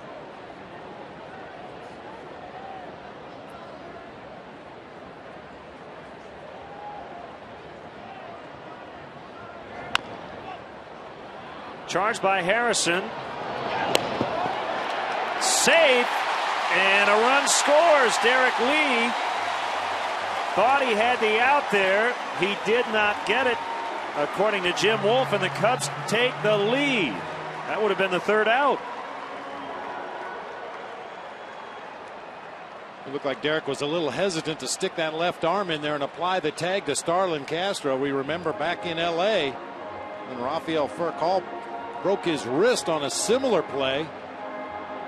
It looked like Derek was way off the bag at first. Didn't look like he had his foot on it whatsoever. Clint Hurdle's having a little bit of a hissy fit here. Probably going to get tossed from this game eventually. When you're that vociferous that early in the argument, chances are it's only going to get worse.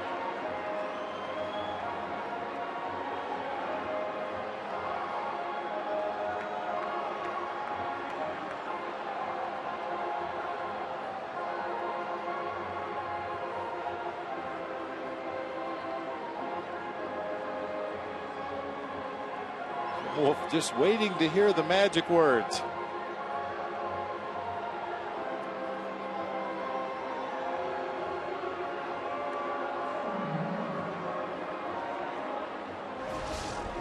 Take another look. Nice play by Josh Harrison throwing across the diamond. However, his throw pulls Derek to the home plate side of the bag at first.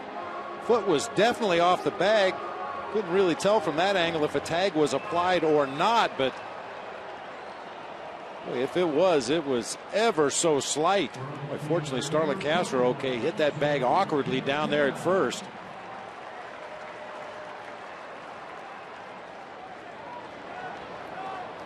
At any rate, the Cubs have the lead.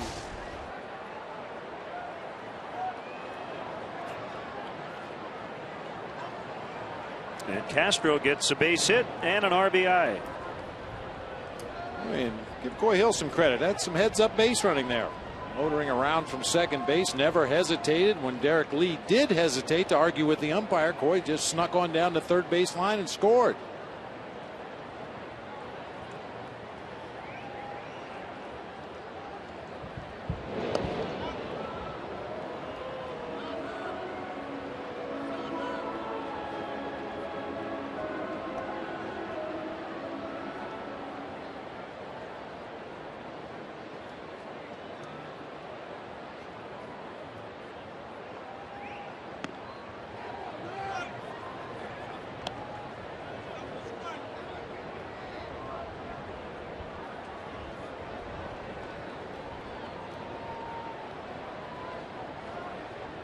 One 1-0 on Tony Campana. Castro goes. Save. He got in. I'll tell you, he overslid the bag. If Ronnie Cedeno had kept the tag on him instead of arguing with DJ Rayburn, he would have had him out. It's like Castro got up slowly. He really rammed into that bag. I think he overslid it. Yeah, very late slide that time by Castro. Off balance, falling forward, tries to get to a feet first slide. Somehow able to stay on the bag there. He did. And no tag by Cedeno until well after Starlin Castro had reached the bag at second. Knocked down by Morton, and he'll quickly fire the lead to end the inning. Nice hustle play by Coy Hill, and the Cubs take the lead 2-1.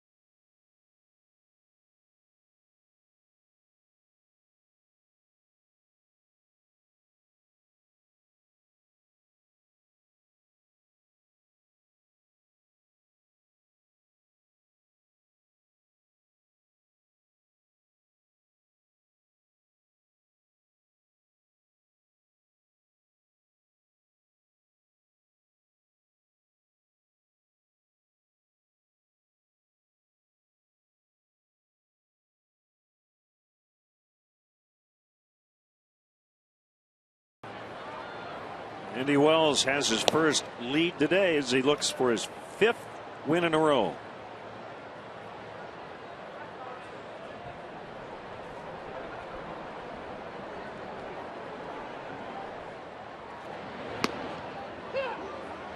One on Charlie Morton.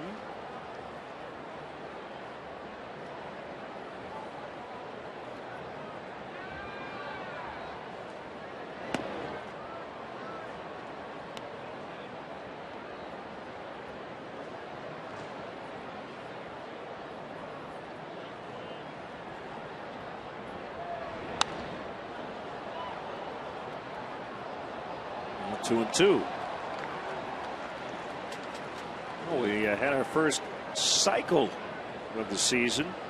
I gave you a choice of any player in baseball. I'm not sure what George Katara's backup catcher for the Brewers would have been on your list, but he did it last night in Houston. First player this year, first since Carlos Gonzalez did it against the Cubs last year.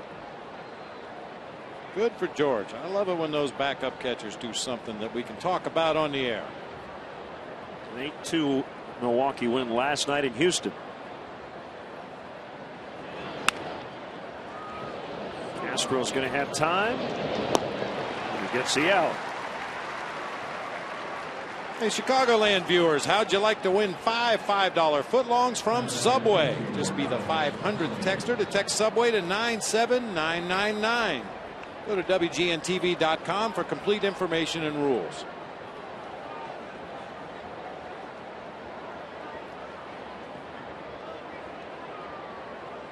Yeah, I think Gutierrez was 0 for 1 after his first at bat in the ball game, but finished with the flurry, including a ground rule double to complete the cycle.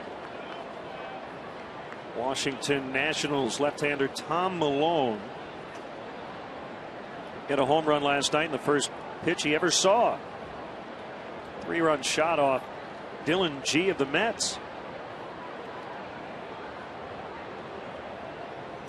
8th pitcher ever to homer on his first pitch, and the first since Adam Wainwright in 2006.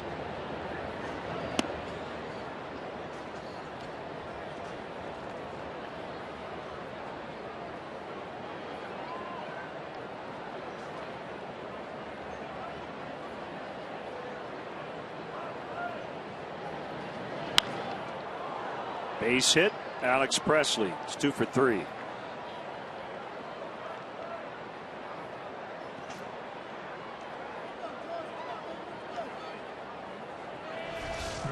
Feeling Alex Presley got 2 hits in his sleep last night. This guy has just been a hitting machine for the Pirates over his last 4 games. Another line drive, this time into left field for a 1-out base hit. For veteran players, sometimes you call this a salary drive. I think for Alex Presley, it's a roster drive for next year. Good point. It's like Josh Harrison are in that same situation. Pirates are out of contention. They look ahead to 2012. And Michael McHenry probably falls into that same boat as a guy that's trying to open up enough eyes with that Pittsburgh organization to earn a spot on the roster coming out of spring training next year. I guess a salary drive, if you had to put him in this category, would be Derek Lee, who would become a free agent. Signed with the Orioles. Mid-season acquisition by the Pirates.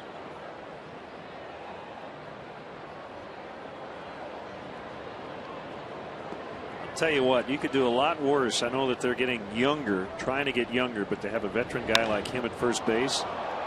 Deep to center, Marlon Byrd shading his eyes. He finds the ball on the warning track and makes the catch.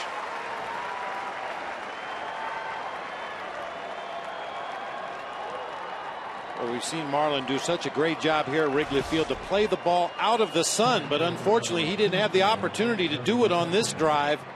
Just had to battle, held that glove up there, shielding his eyes from the sun, backpedals all the way to the warning track to make that catch. A lot of times on a high fly ball where he has time, Marlon will get around the baseball, change the angle, get the ball out of the sun to make it a much easier play, but couldn't do it on that one.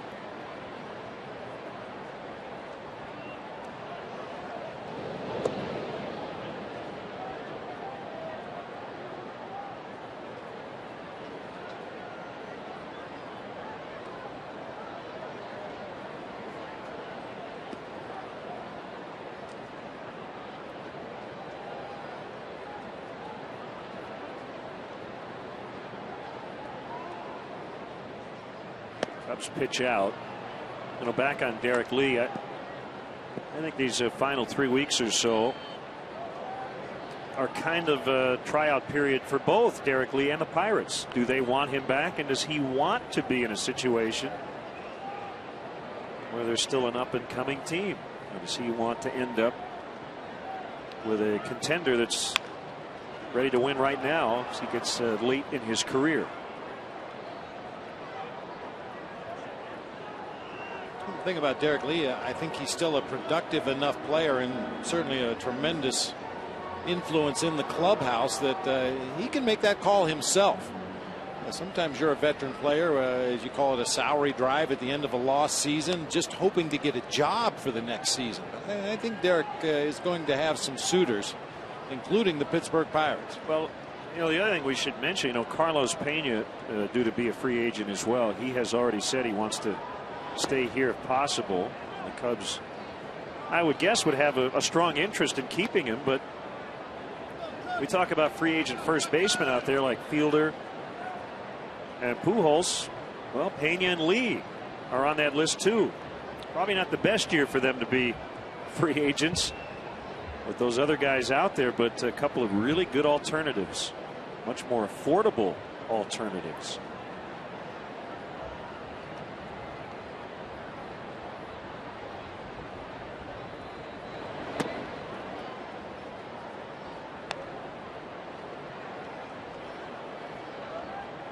Well, that's the other thing, Bob, about the new general manager. I have fans all the time ask me about certain players for next year. My answer is I have no idea.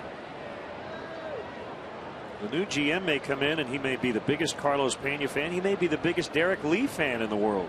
You don't know. Presley goes on the 3-1, and it says ball 4 on the board, and it is. McCutchen didn't realize it. So that's a walk to McCutchen, not a stolen base for Presley.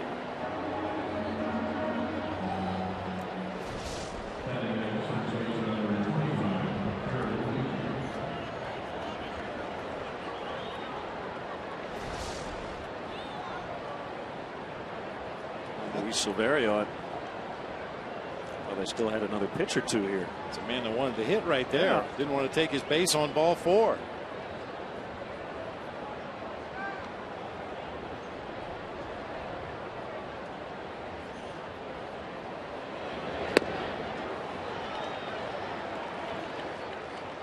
So just to further the point, Bob, I think a lot of these Cubs players, in terms of anybody auditioning for next year, in a lot of ways they're auditioning for a person who is not currently in the organization.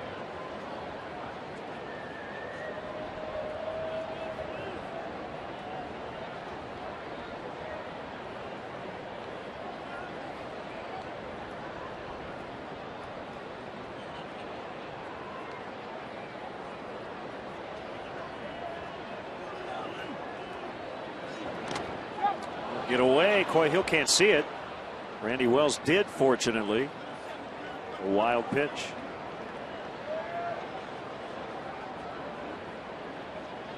Yeah, you're right. Depending on who the new general manager is, he may have favorites of his own that he brings with him from the organization that he's with now.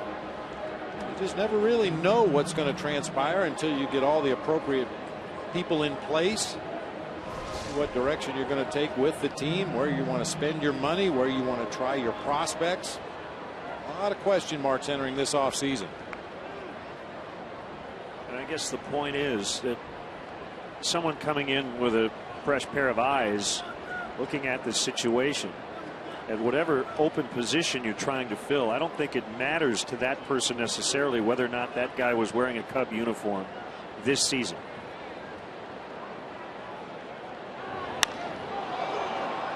Bird will catch it. Derek Lee has made good contact throughout this series since coming off the DL. But that time for an out, it's 2-1 Cubs.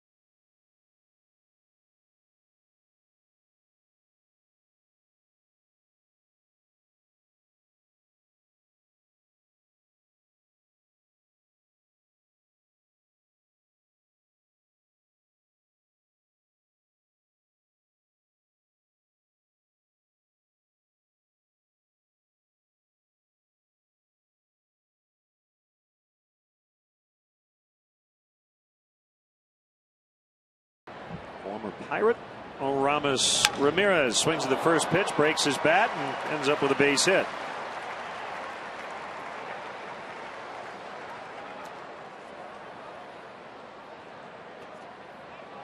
The 2011 Chicago Cubs on WGN are brought to you by Bud Light Lime. Just the right taste of Bud Light with a refreshing splash of 100% natural lime flavor.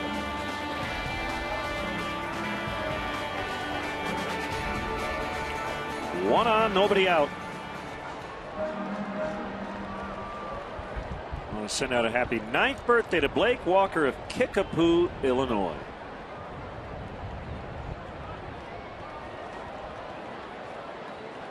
So a shout out to Daniel Perdon watching today up in Winnipeg, Manitoba. I'm sure he's excited about the Jets returning to Winnipeg. I want to wish a speedy recovery to big Cub fan Ray Pilger. Hope you're feeling better, Ray.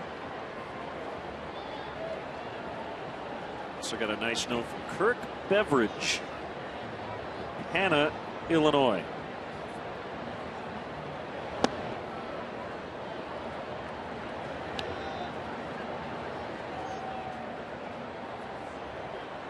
Big Cubs hello to my new friend Carlos down at Ditka's restaurant. Big time Cubs fan. To engage in a lot of Cubs talks last night after dinner.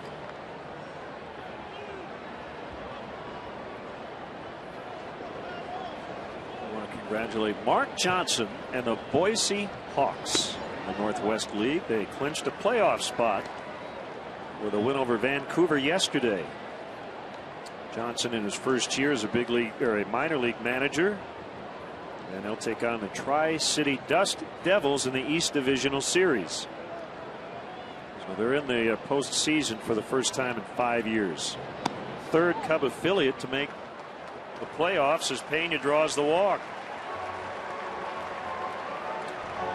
Tennessee won the first half, and so did Daytona. So they'll be in postseason action. When does Daytona start? I believe they start Tuesday in Dunedin, and then it's the best of 3 the first round. They go back to Daytona for game 2, and if necessary, game 3.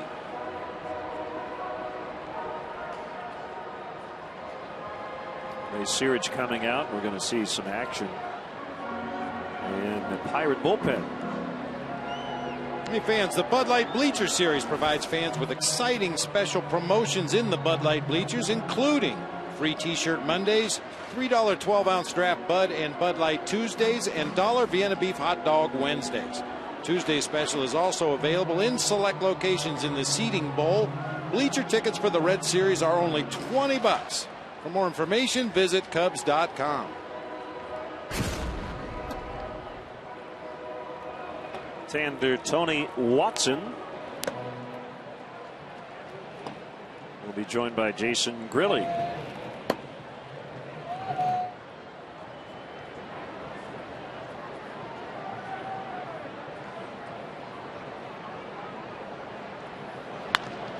Up the middle, it glances off the pitcher right to Cedeno. He bobbles, everybody's safe. That could have been a double play. Instead, they're loaded up with nobody out. It's an infield hit for Brian LaHare.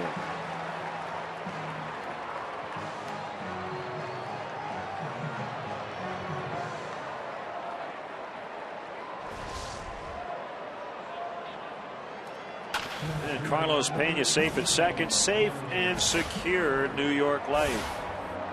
It looked like a tailor-made double play ball after it ricocheted off the pitcher, Charlie Morton. That was leading Cedeno right to the bag at second. It looked like he got his bare hand in the glove a little too soon. Shaking his hand, looking at his finger, may have taken that one right off the tip.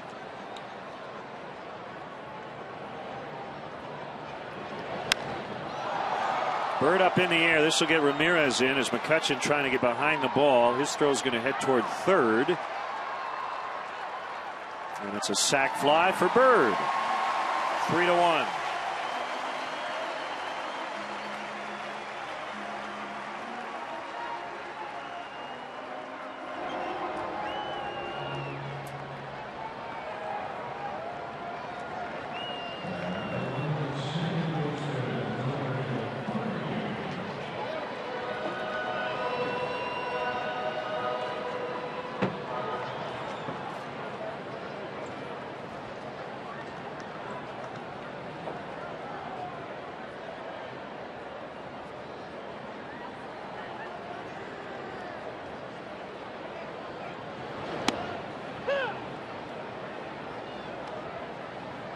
strike on Darwin Barney. Feathered friend stopped by for a quick bite. Call it home plate, but that bird called it his or her plate. Dinner plate. Not a good place to be. A lot of fans will remember a video from spring training in Tucson, Arizona, where Randy Johnson delivered a 98-mile-an-hour fastball that hit a dove in mid-flight between the pitcher's mound and home plate. Well, needless to say, the dove lost. There was no dove lost between the bird and Randy Johnson. No. Oh, that got him. Barney hit by a pitch. We'll load him up again. Let's step aside and see what's coming up on WGN.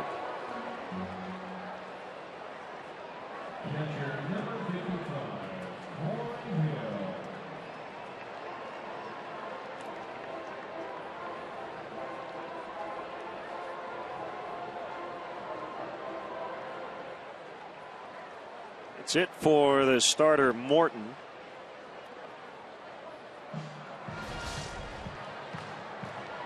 We're fortunate to catch Morton on a bad day today. It ends with a hit by pitch of Darwin Barney, and Pirates are going to go into their bullpen. Left-hander Tony Watson is on.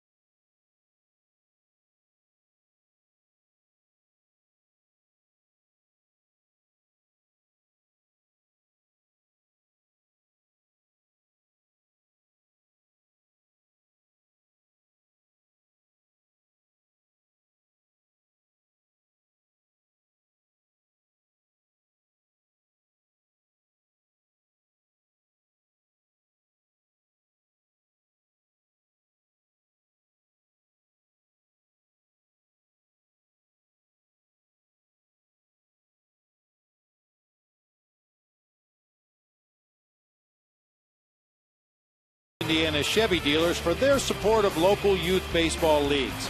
Through the Chevy Youth Baseball program, the local Chevrolet dealers are supporting over 35,000 young ball players in their communities.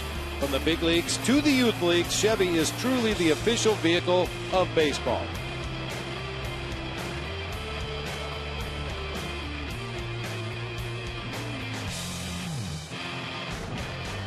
You going to get a nose ring?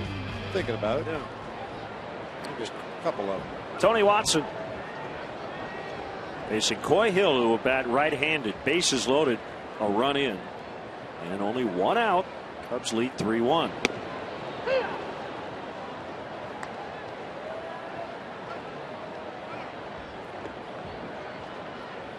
Well, Coy Hill could accomplish a couple of things here with a home run. It would be the Cubs' first grand slam of the season. It would be the first home run of his career right-handed. He has 8, all lefty. Watson will tag Hill, and he'll get an RBI out of it. As Pena scores, it's 4-1.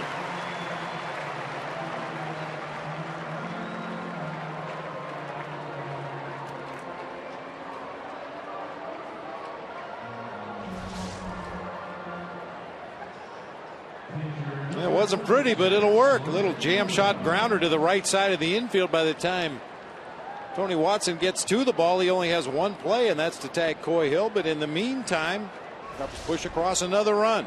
Cubs with only one RBI hit, but that was a play at first. when Starlin Castro was called safe. Derek Lee apparently missed the tag, and Coy Hill came around and scored.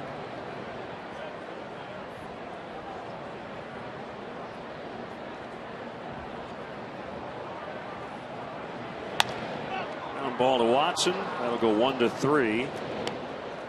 Cubs add 2 to their lead. We go to the 6th. Cubs 4, Pirates 1.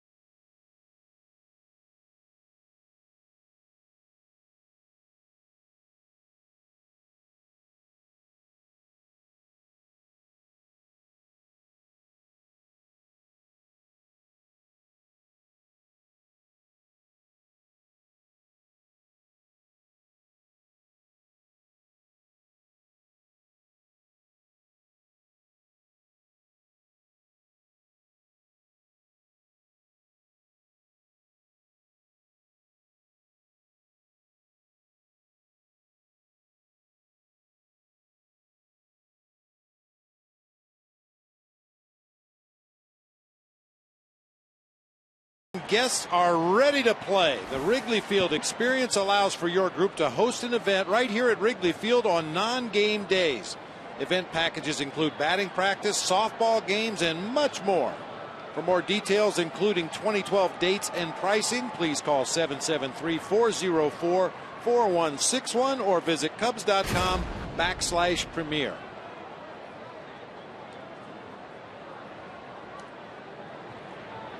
Cubs with a 3-run lead, 4-1 after the Pirates got the first tally in the opening inning. Called strike on Neil Walker, who is 0 for 2. He's made 3 outs.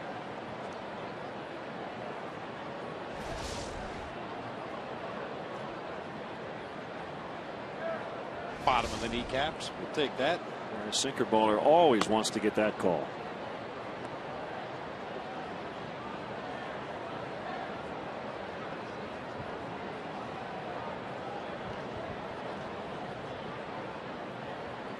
Has settled in nicely after working out of that big jam in the second.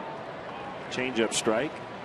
You bring up a good point, Len. Different pitchers prefer different strike zones. Matt Garza is a guy that throws a lot of high four-seam fastballs. He would much rather get that top of the strike zone call as opposed to a guy like Randy Wells or Casey Coleman, who rely heavily on the sinker. They would rather get the borderline calls at the bottom of the zone. Casey was good yesterday. Kind of lost in the shuffle. A crazy 9th inning. Second consecutive quality start. It was a no decision.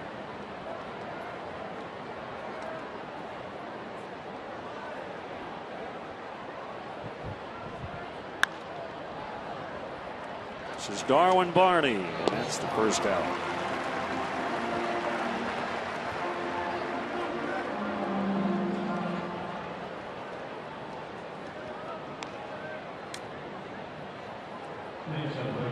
Garrett Jones with a double in the second inning, and then he lined to the warning track and right in the 4th inning.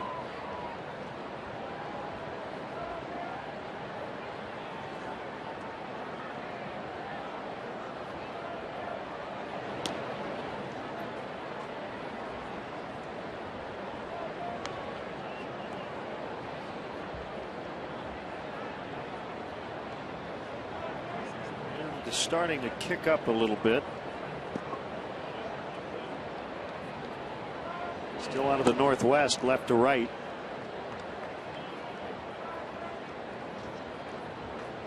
Well, the thing is, it's 2-0 on Jones. Now, in a vacuum, you might just say, well, Randy Wells has missed his spots, first 2 pitches. I don't think that's necessarily the case. I think it was 2-0 in large part because of the first 2 at-bats. I mean, you go into a ball game with an idea of who the hot hitters are on the other ball club based on what you've seen, based on the numbers recently, but nothing's more important than the first 2 at bats of the ball game. And Randy Wells has seen Garrett Jones take some pretty good swings and hit the ball really hard his first 2 times up to the plate. So maybe a little extra careful on those first couple of deliveries. He's seeing the ball well. He just took 2 pitcher's strikes to get it to 2-2. And he takes that close one outside, 3-2. Cedeno next.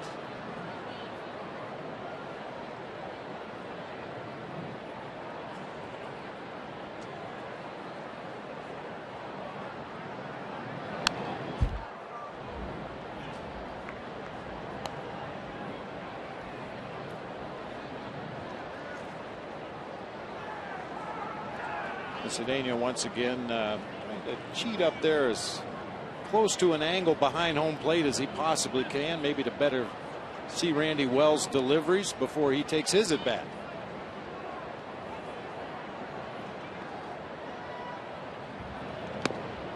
Foul tip, strike 3.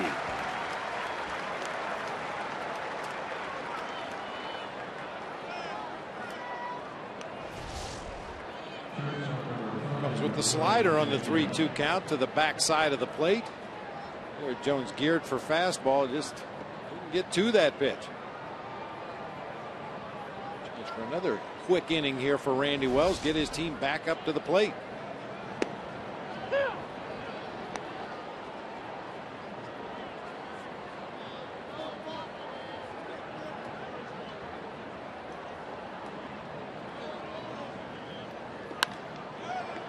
Feathered out into right center. 2-out single for Cedeno. He's 2 for 3.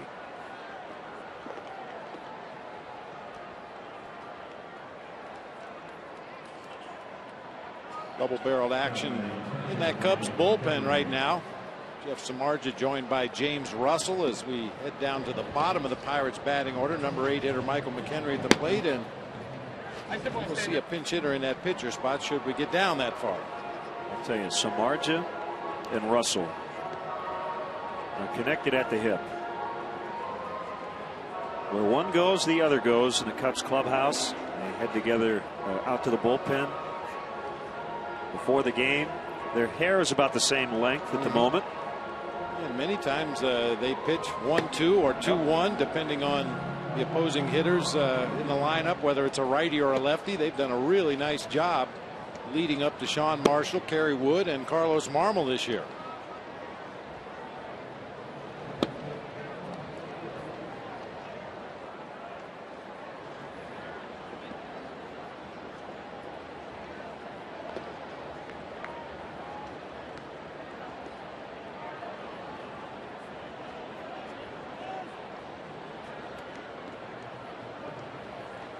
Michael McHenry makes a slider for a strike.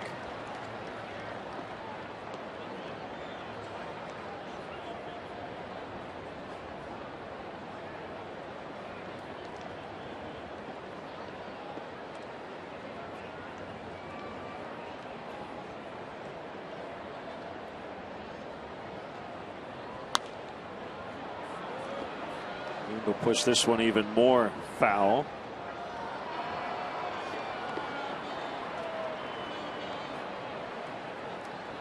There's been a scoring change on the Brian LaHare infield hit in the bottom of the 5th. Tony Cedeno's been charged with an error, the second of the day instead. And LaHare is 1 for 3, not 2 for 3.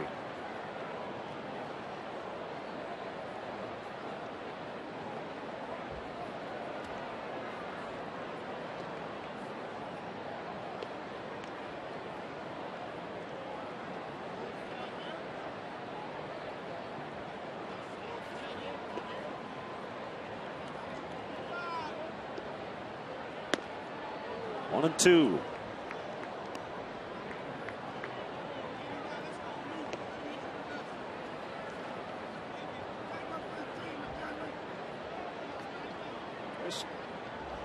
Enjoying the ball game from across the street. Probably wishes that gentleman would sit down. Yeah. That's standing up there in the back row. I'm sure he's got us on in the background, just in case. See, that's why he's kind of looking at an angle. Yeah, he's watching the TV up in the corner there.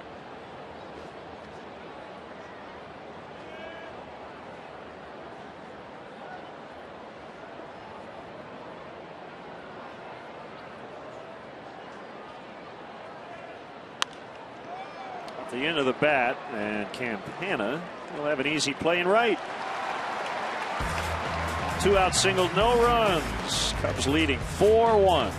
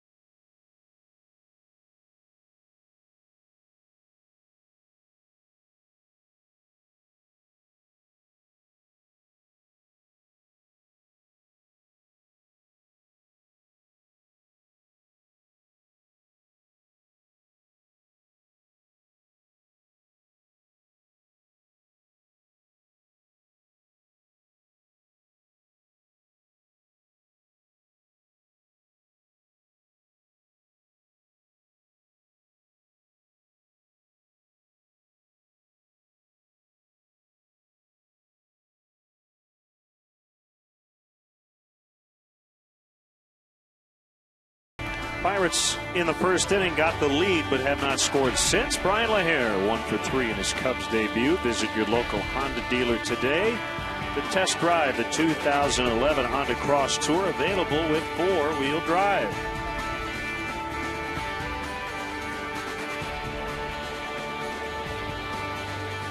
Beautiful shot of the ballpark from atop the iconic scoreboard. Joe Pausbach is high atop Wrigley Field.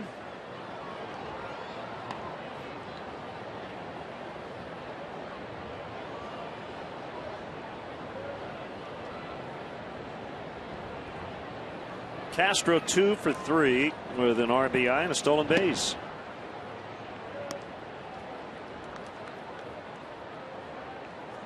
Couple of near broken ankles, one at first base, one at second base, and almost did a face plant at third, sliding head first. He's had some adventures on the bases today.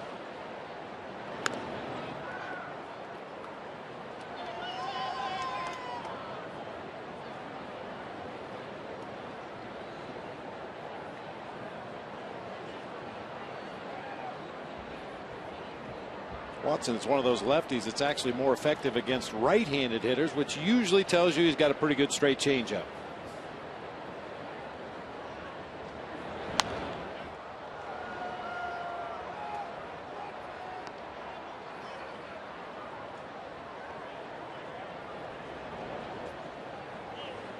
He goes on for Starlin Castro. Stretched his hits lead in the National League over Michael Bourne.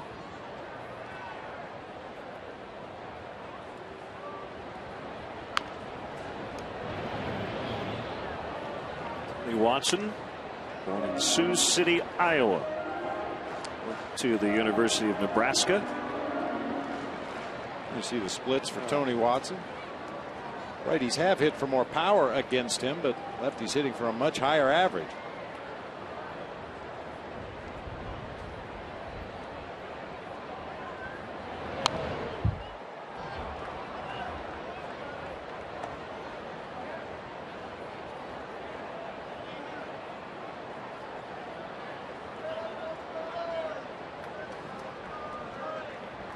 The speedster on deck, Campana.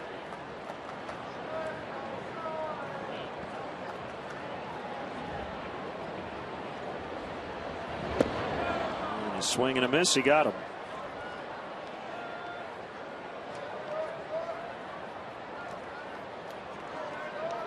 A strikeout of Castro, and here comes Campana.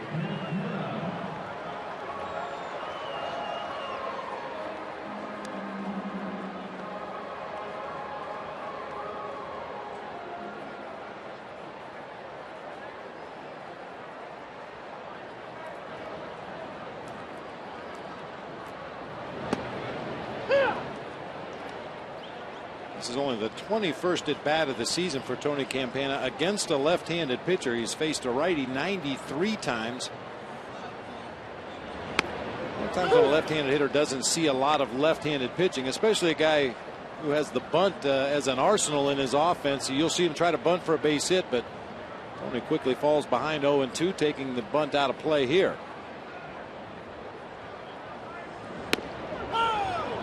Got him. Called strike 3. You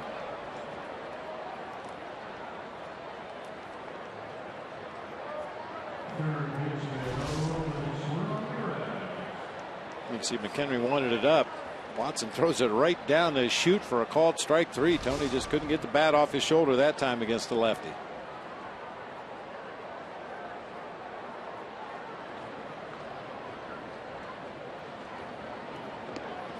Final today, the Yankees improved to 37-9 in day games. CC Sabathia got his 19th win, 9-3 over the Blue Jays. Jose Bautista hit his 40th. In a losing cause, Derek Jeter with his 5th, A-Rod his 15th, Nick Swisher with his 22nd for the Yanks.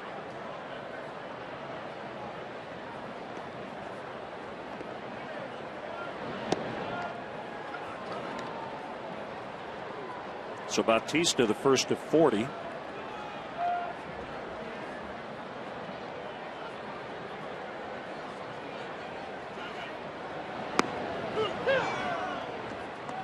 And 3-1 to Ramirez. Yankees now 1 up on Boston with their game still in the balance, although they're trailing 9-2 at home against Texas in the 8th. 2-out walk.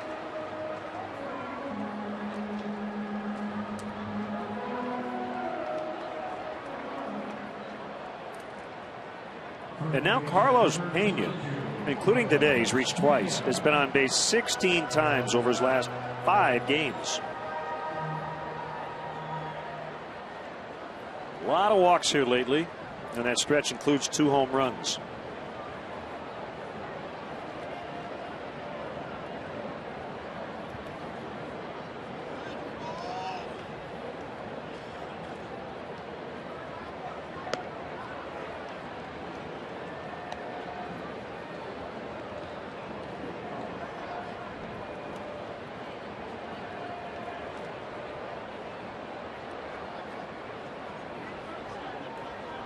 With a win, the Rangers will get their 80th of the year, with 3.5 up on the Angels in the West.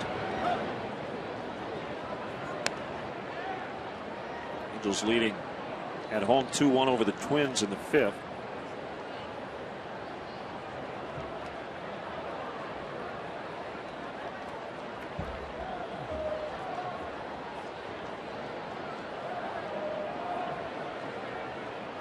Ramirez takes off, and he gets in without a throw. A little sneak attack. We were just talking about that the other day. Aramis Ramirez going all the way back to spring training in Mesa. Some fans remember he said he was going to try to run a little bit more this year, steal a few bases. This is really only his second legitimate or first legitimate attempt to steal second base. His other attempt, he was picked off first by Ted Lilly.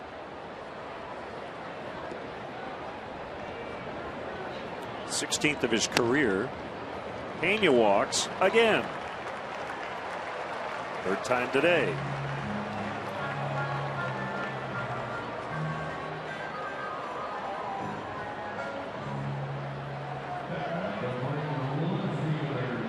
First steal for Ramirez in 2 years.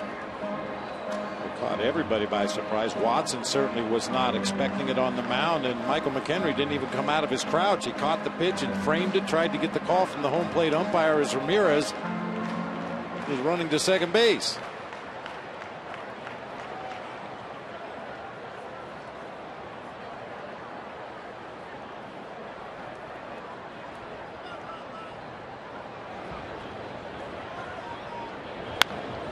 LaHare punches that one out into left, base hit, and an RBI.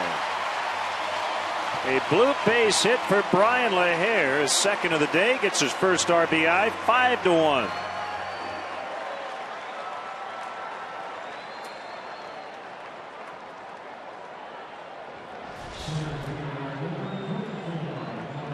Got jammed a little bit with a 90-mile-an-hour fastball up in the zone, but perfect placement just over the head of Josh Harrison at third, out of the reach of Ronnie Cedeno at short, and Aramis Ramirez tacks on another run. Cubs have now scored in each of the last 4 innings.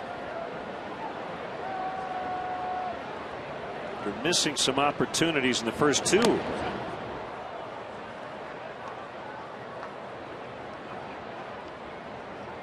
Randy Wells seemingly poised to get his 5th straight win.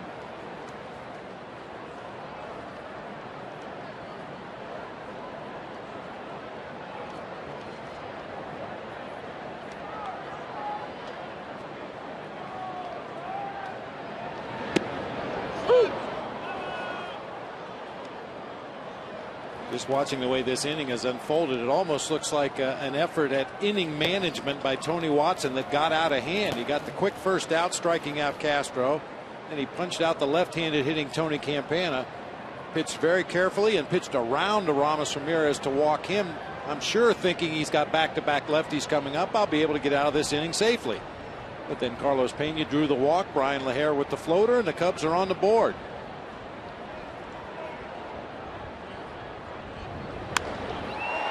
That'll be foul. Barely foul. Would have knocked in a couple more.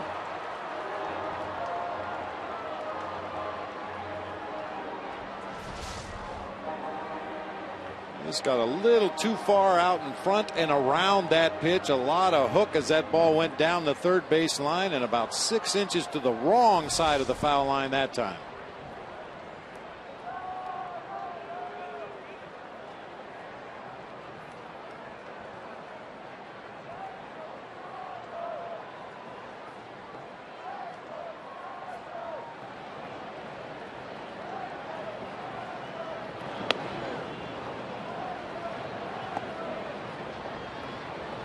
That was close to a must-win as it gets for the Giants today. It's a rubber match against the Diamondbacks, who evened up the series last night. Ian Kennedy got his 18th win, 7-2. Daniel Hudson and Ryan Vogelsong today. It's 1-0 Giants in the bottom of the second. Right now a 6-game spread in the NL West. It'll pop up, and it's Neil Walker to end the inning. LaHare with his first RBI since coming up from Iowa makes it 5-1 Cubs.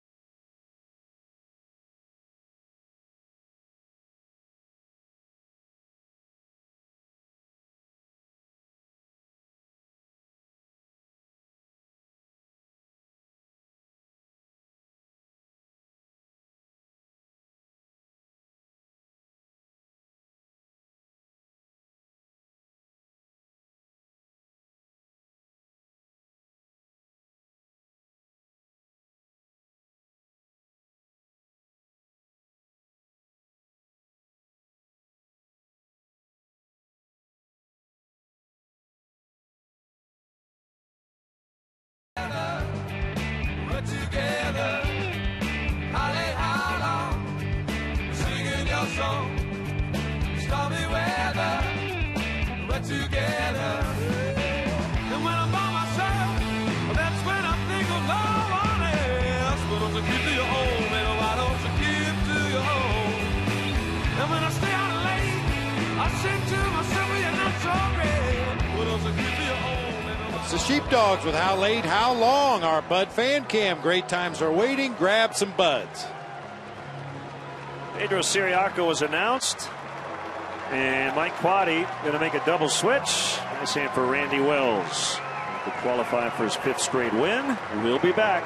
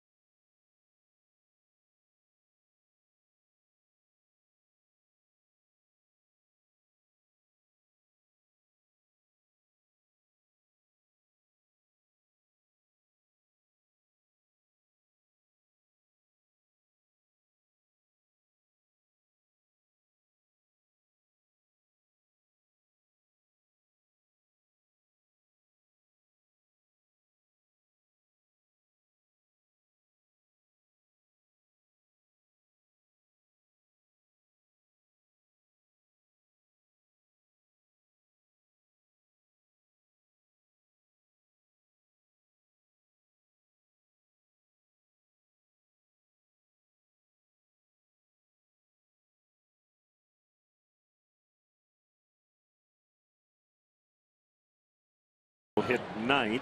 That moves Tony Campana to left. Brian LaHare is out. And in his spot in the order goes lefty James Russell. Pedro Siriaco has been called up for the 6th time this season. He got the call up before the game.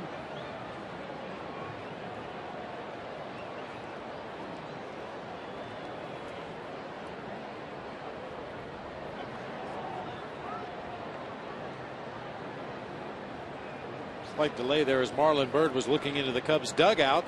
Did some positioning tips on Siriaco. Called up on April 22nd, May 21st, July 2nd, July 29th, August 23rd, and now September 4th.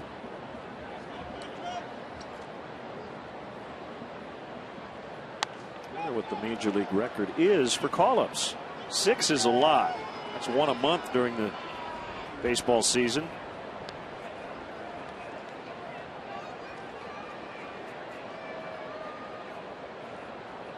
Siriaco, who will turn 26 later this month, has been a 3-time All-Star in the minor leagues, including the Midwest League, the California League, and the Southern League, but goes down on strikes against James Russell here leading off.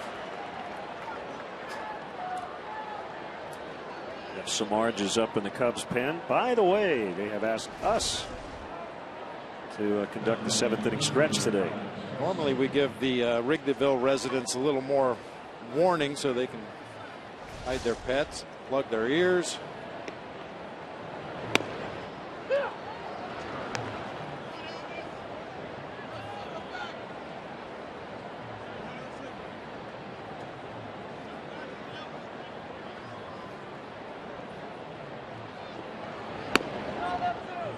Inside corner.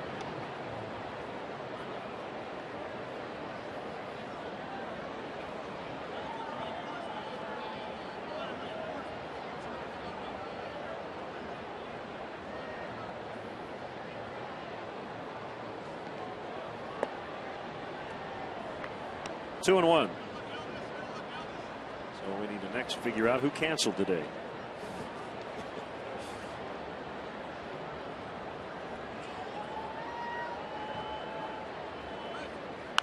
Yeah, but we're always available to pinch hit.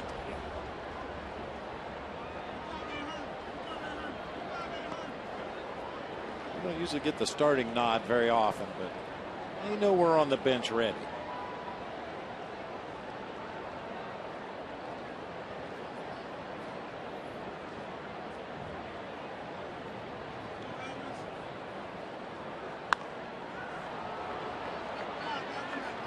Barney backpedaling, now under it.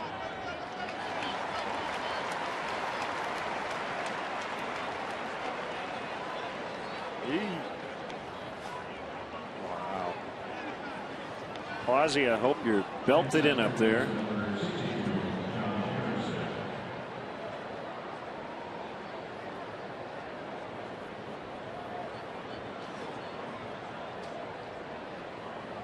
Feeling a little queasy, partner. I don't know if I can sing after all. Give me that.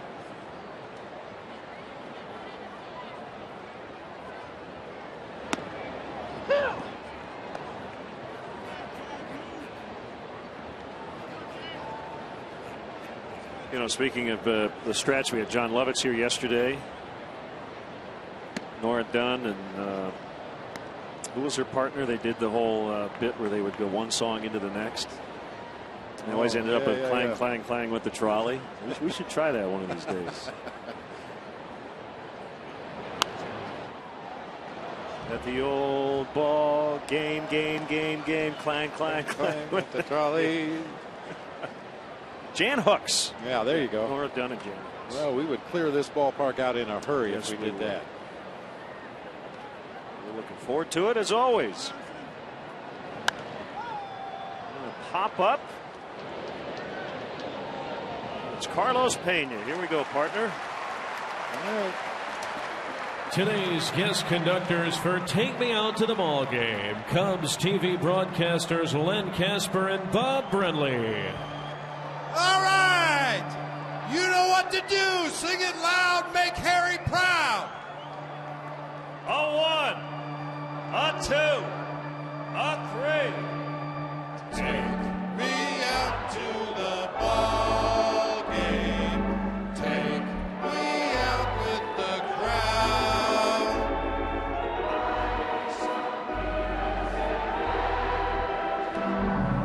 I don't care if I never get back, so it's root for the. If they don't win, it's a shame for it. You're out at the old ball game. All right, let's get some runs.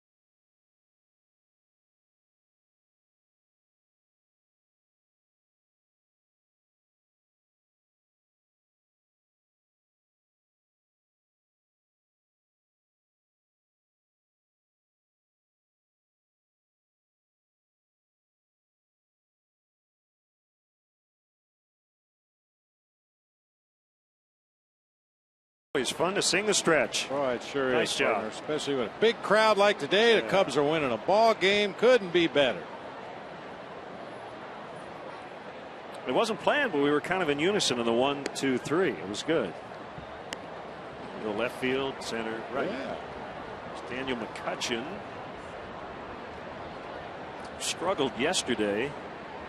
2 hits, 2 runs allowed. Didn't get an out as Darwin Barney grounds and a high throw. Derek Lee 6'5", and on the bag to take that throw for the out.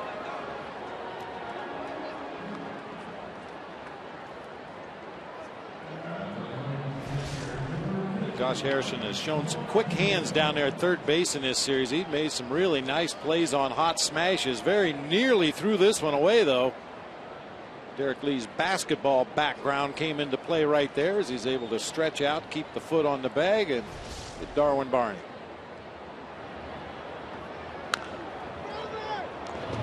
Two bouncer, Lee unassisted. This could be a short interview. So what are you doing in town, Len? Well, let's see. Got a baseball game tomorrow here on WGN. Might be headed out to Schaumburg tonight. See a little stand-up.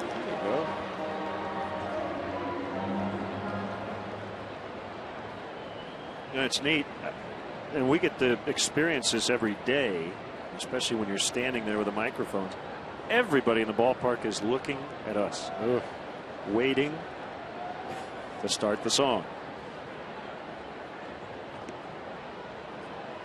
Yeah, when we have guests in here on a daily basis, I try to slide back as far as I can in the booth to give them center stage so they can do their thing and sing the song. But yeah, when you're standing up there and everybody's waiting for you to begin the song, that's a little terrifying.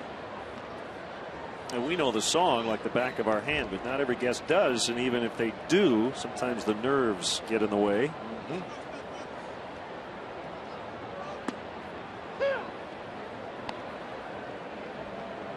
Never gets old.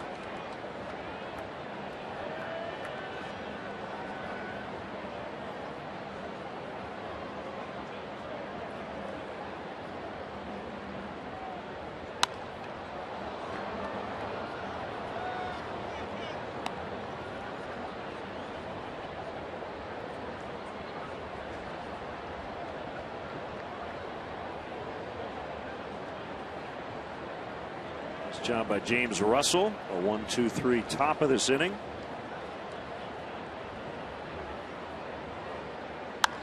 Reed Johnson with an opposite field base hit in his first at bat this afternoon.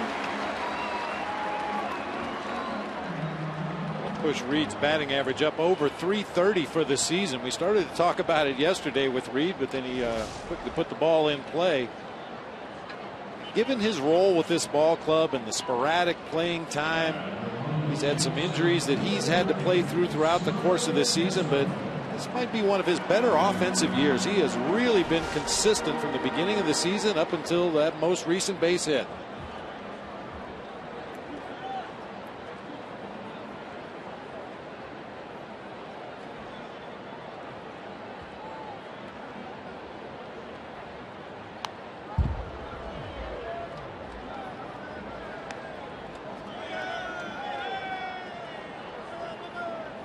Sure what Reed was talking about with Derek Lee, but former teammates, had a lot of good times together here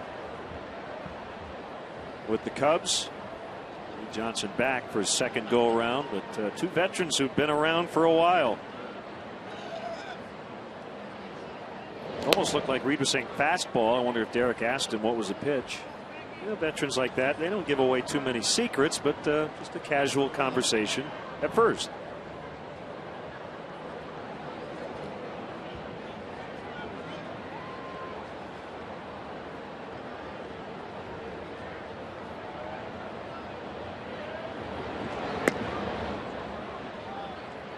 Some first basemen are a little more talkative than others.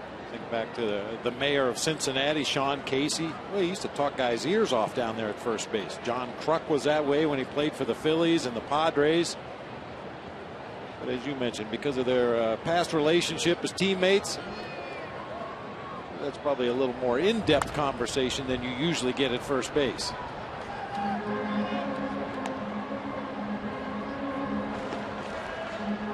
Like when Brian LaHare got on earlier, that Derek kind of tapped him on the backside and said, hey, nice going, congrats. I'm sure Derek aware of the year he had at Iowa. Was his teammate in spring training last year.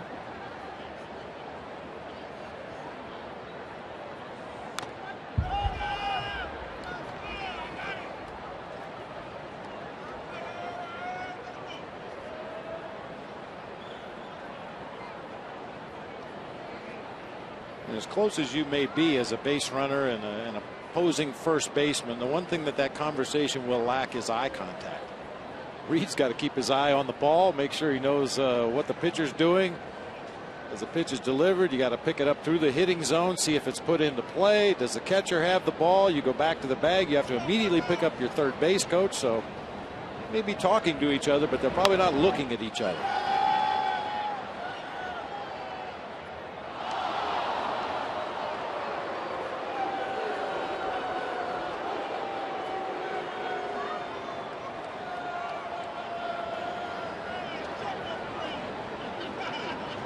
Might have to put in some defensive replacement fans for that particular section. They've dropped a couple of them over there today.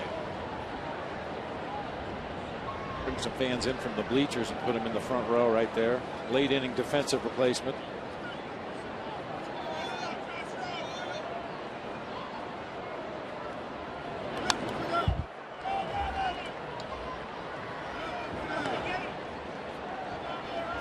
We're running out of time to get a foul ball up here this year. You know it. Anxiously waiting.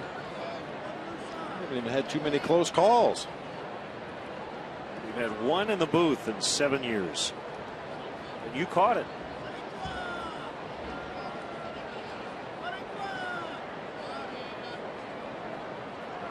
Johnson goes on a 1-2, and that'll land foul. Ron Kulpa had to hit the deck, make that call from his hands and knees. Guys going every which way down that third baseline. Josh Harrison moved over toward the line to try to make a play. Ron Kulpa dove toward the field to get out of the way. And then the Cubs bullpen is scattering down there, just in case that was a fair ball.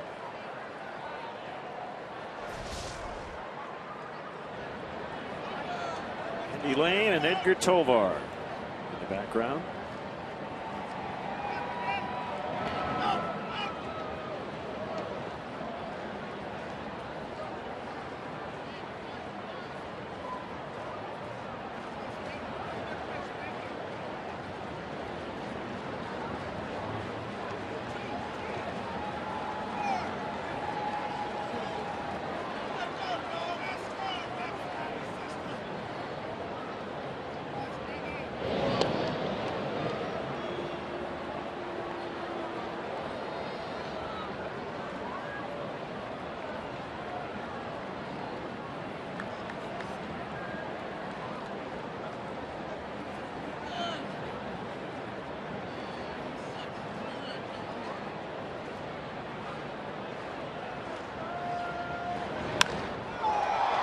Fly to left, pretty well hit. Presley on the warning track is going to have just enough space to make the catch. He'll get us into the 8th. Cubs 5, Pirates 1.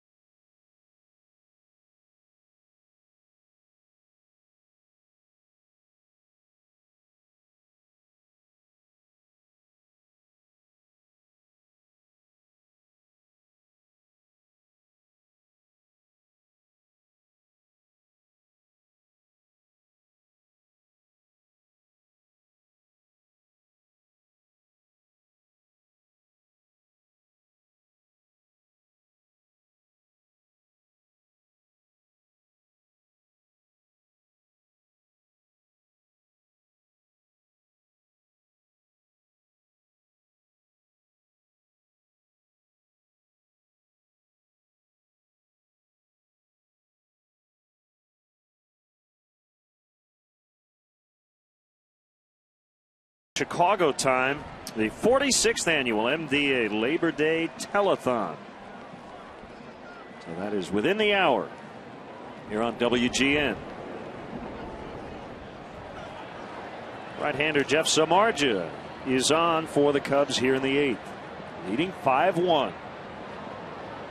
Not an easy part of the order here. It's a good challenge for Samardzija, McCutchen, Lee, and Walker.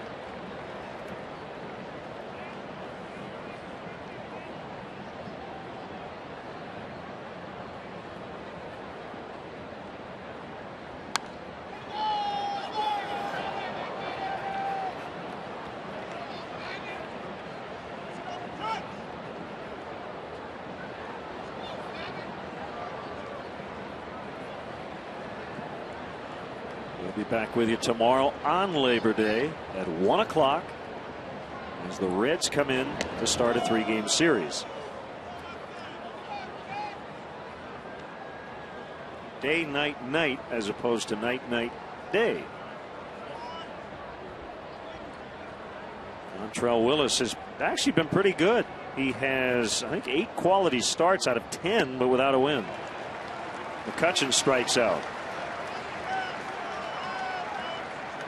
Let's step aside and see what's coming up on WGN.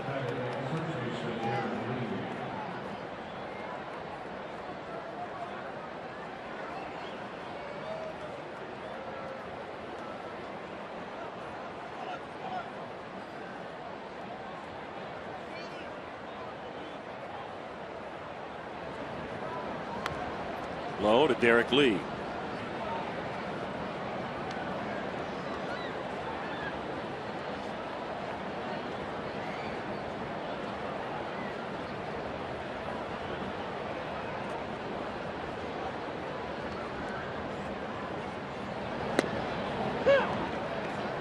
For Jeff Samardzija, this is appearance number 66 on the season. I really think he has his best fastball of the year at this point of the season. He's consistently reaching the upper 90s with nice easy arm action. Occasionally he tries to overthrow that fastball, but pounds that one in on the hands of Derek Lee at 96. Bobble and a drop by Barney.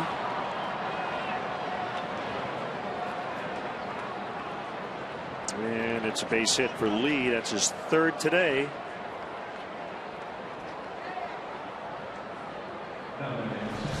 The wind that continues to blow from left toward right just pushed that one away from Darwin Barney, although he got a glove on it. We talk about it all the time. That little itty bitty second baseman's glove just doesn't have much of a pocket. He tried to cradle it in against his chest with both hands, but unfortunately popped right out of the glove.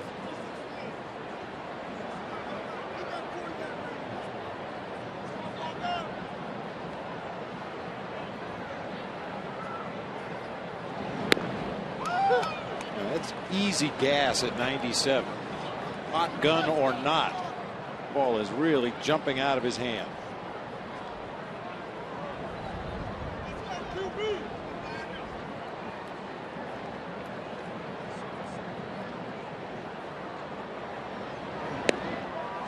Walker couldn't hold up. 0-2.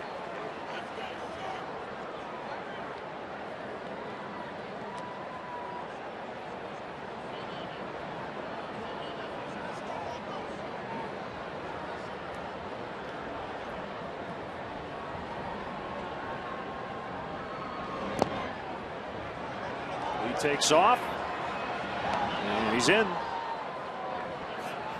a wild pitch.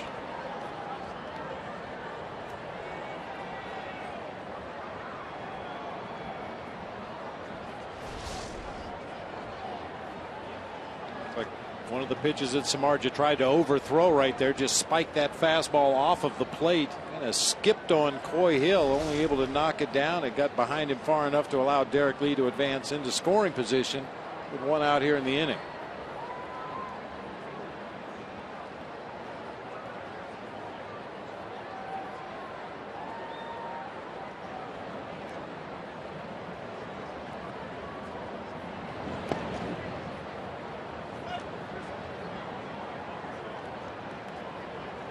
Time to make a minor adjustment here.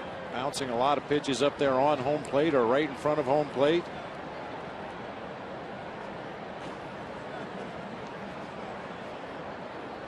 Yeah, there you go. There you go.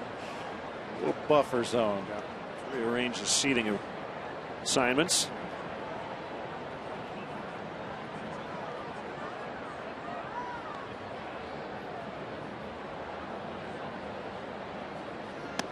Three and two. Jones on deck. Texas beat Boston 11-4 at Fenway. Matt Harrison over John Lackey.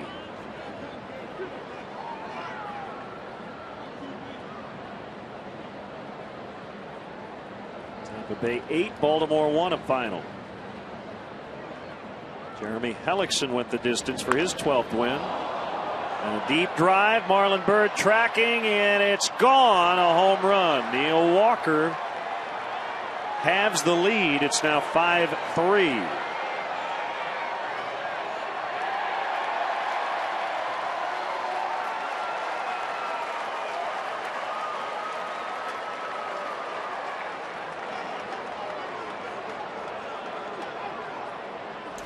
Talk about Jeff Samardzij's easy gas. This is an easy swing from Neil Walker, but produces big time power to straightaway center field. Our BMW ultimate drive of the game. Neil Walker with his 12th home run of the season to straightaway center field.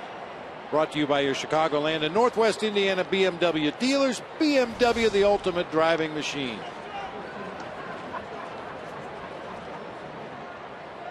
Fifth career homer for Walker against the Cubs and under 100 at bats.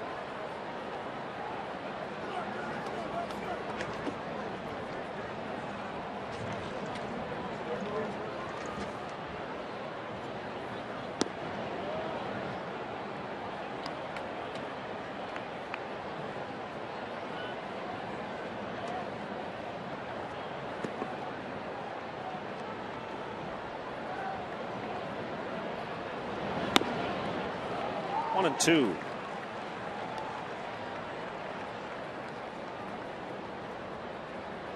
Phillies and Marlins 4-4 in the 12th in Miami. Roy Halladay 6 innings today, 3 runs, 2 earned. He allowed 9 hits.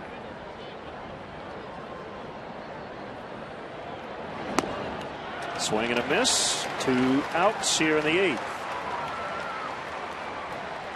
Braves got a run in the bottom of the 9th to beat the Dodgers 4-3 on a Martin Prado game-ending RBI single. 99. They're on pitch tracks.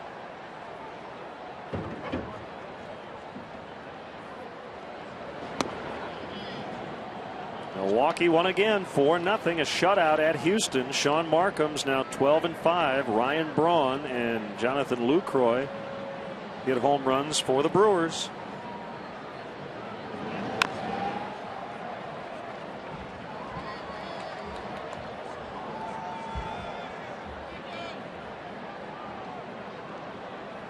So after they got swept by the Cardinals at home, they went to Houston and swept the Astros.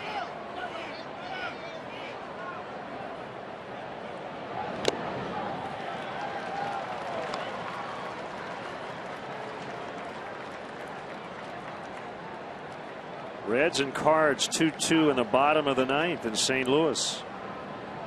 A good start for Edwin Jackson. Bronson Arroyo pitched in that game for the Reds, meaning he won't face the Cubs this week. Can you believe that? When was the last time the Reds and Cubs have matched up in a 3-game series and Bronson Arroyo hasn't pitched? That will be strange.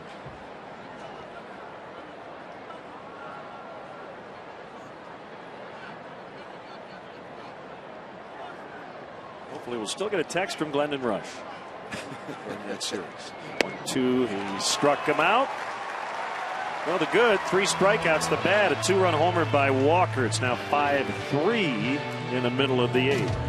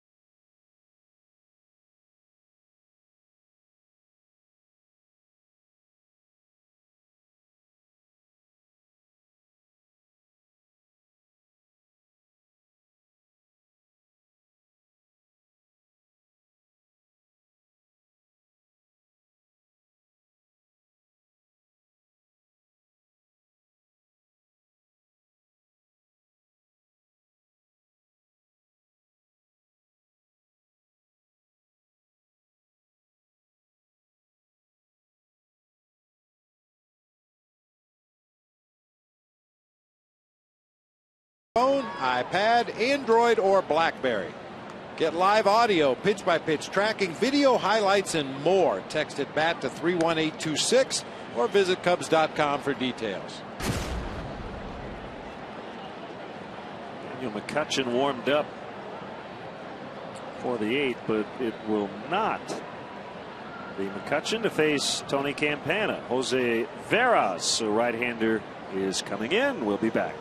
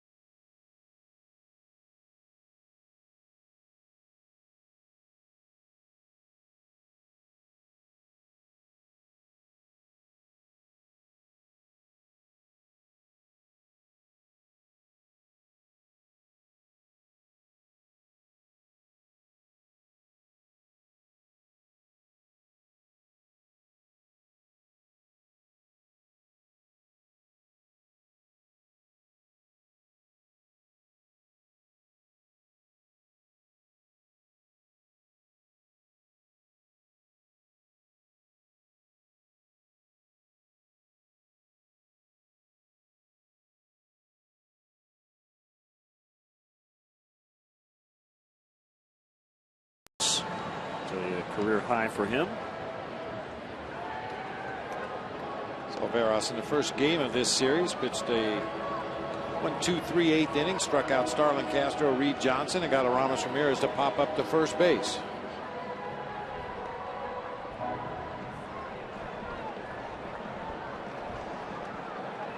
For the fans to file out after the game.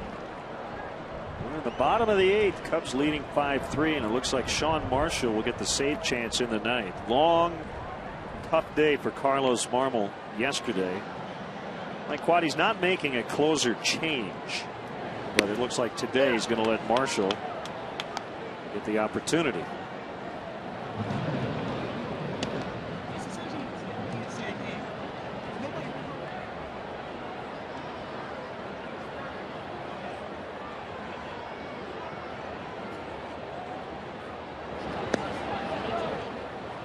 Curveball missed outside, 1-1.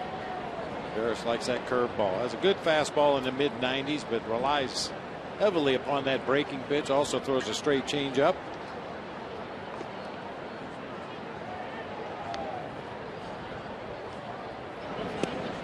Woo! 1-2 on the curve.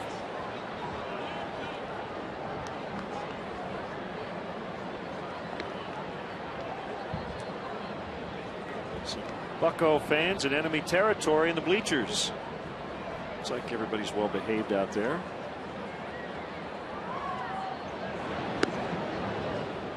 At the back door, couldn't get it. 2-2.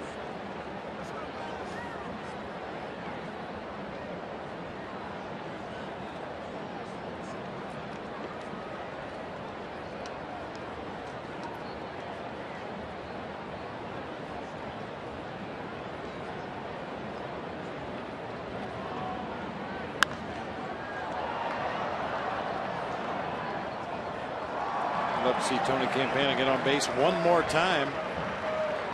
Every time he gets on, something happens. Most of the time it's good. Occasionally it's bad, but it's never boring when Tony gets on base. Really changes the complexion of the ball game.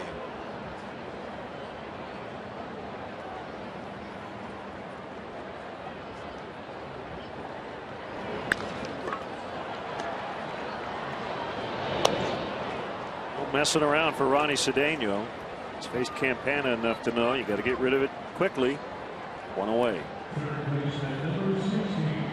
Yeah, I don't think Tony's going to be able to catch anybody unawares at this point. There's been enough advanced scouting. They've seen enough of Tony Campana to alert their infielders. You have no time to waste.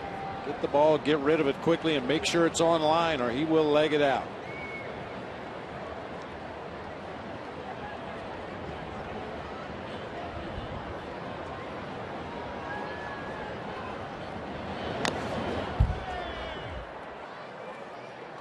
Good rip that time at a high fastball. Might be the only one he sees in this sequence, at least the only one in the strike zone. Right at the top of the zone, right at the catcher's mask of Michael McHenry, and Ramirez fouled it straight back.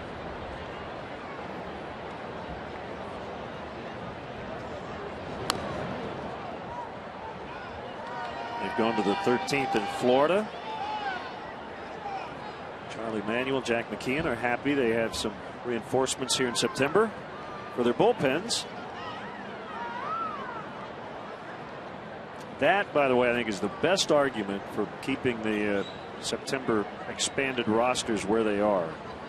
Is your pitchers get tired during the season. You like to have some backup as Ramirez strikes out. You were right, he didn't get another fastball. 2 down, it'll bring up Pena. They're in the 10th in St. Louis. Reds and Cards tied at 2-2.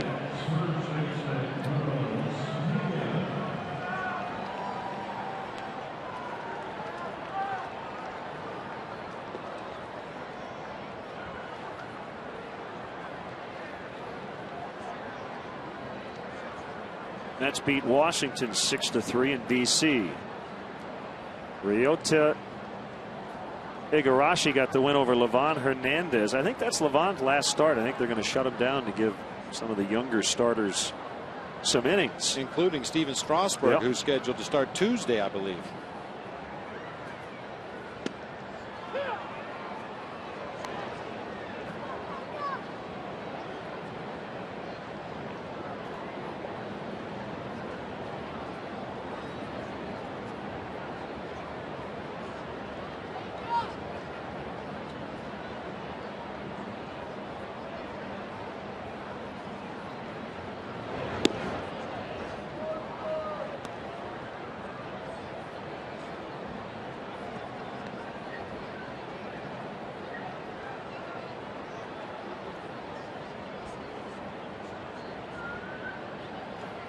Stats reporting, this is pretty good. The Rangers beat the Red Sox 6-4 in the season series. None of the 10 games were decided by fewer than 4 runs. They were all blowouts. That's something else.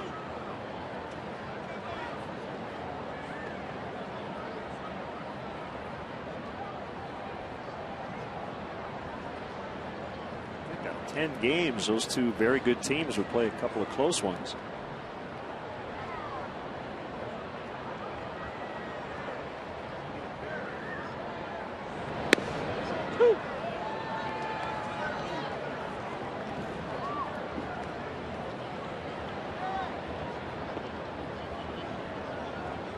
Now with the bunt taken out of the equation, Josh Harrison, the third baseman, sprints across the diamond about to a normal second base position as Ronnie Cedeno remains the lone infielder on that left side.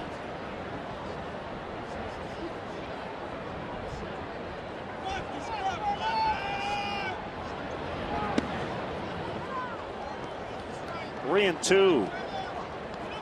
Pena's tied his career high with 3 walks.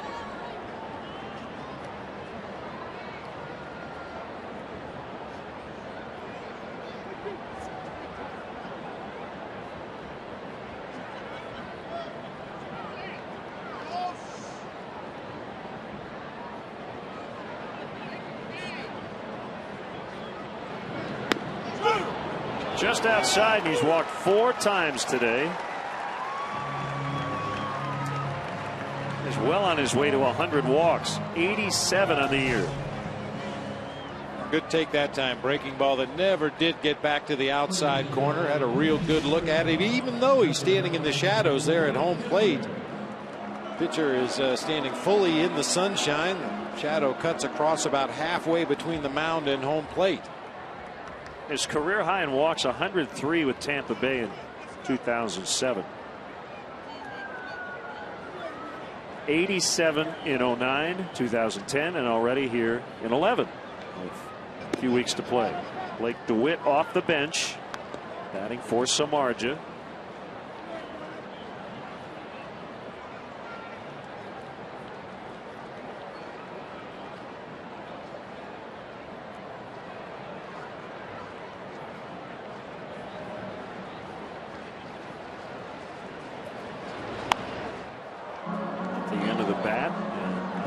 The Cubs dugout.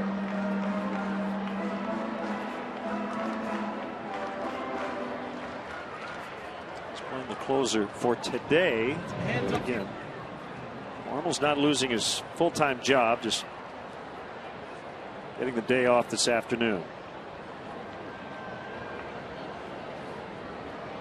Number one dad, number one mom. It says so right on the back of their jerseys.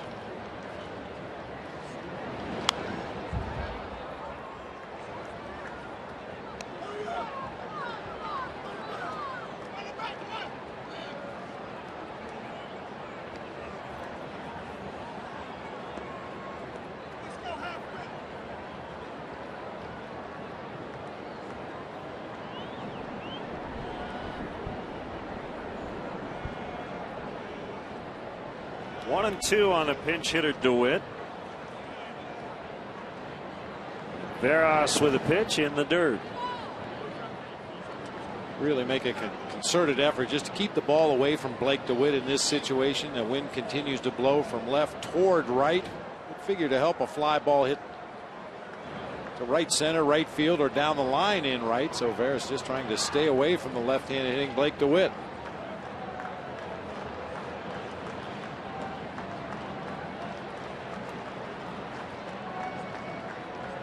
Kick in the 2-2. Another foul. That one in the middle of the plate that time. More of a defensive swing with two strikes, but it was a very hittable fastball that time.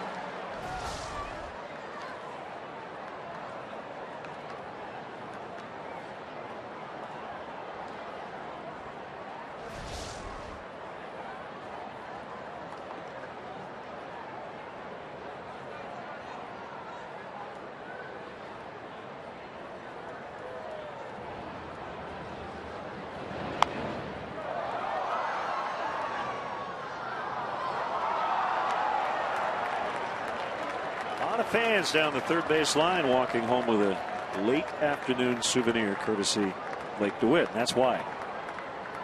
Everything away, away, away, with the exception of the one fastball on the pitch before. Pitch number 5 that caught a lot of plate.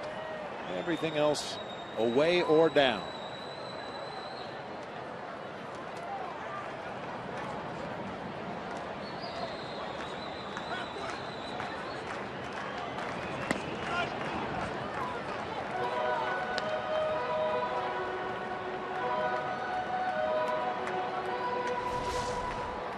That breaking ball one more time. He threw a breaking ball to Carlos Pena on a full count to walk him. See if he goes back to the breaker here to Blake DeWitt in a full count. Got a lot of confidence in that pitch. I mentioned he throws it nearly as often as he throws his fastball.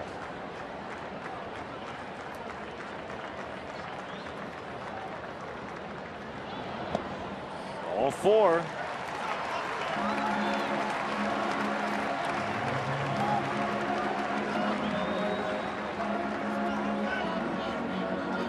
Remember kind of a similar inning in the 6th. Tony Watson struck out the first 2 in that inning, then walked Ramirez. Pena gave up the RBI hit to Brian LaHare.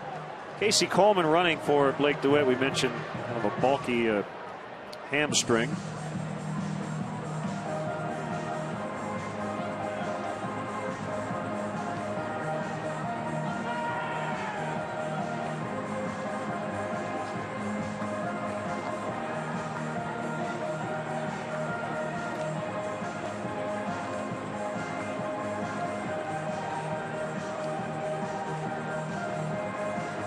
Marshall just waiting patiently down in that Cubs bullpen. He's loose, warm, and ready to go.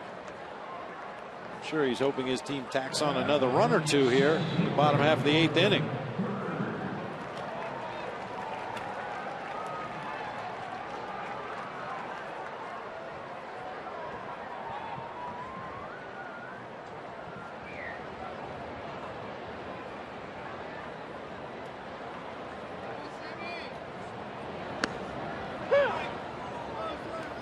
Strike one on Marlon Byrd.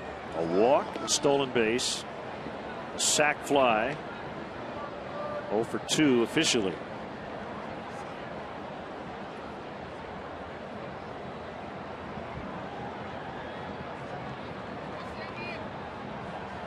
Teams tied on the hit board with 9 apiece.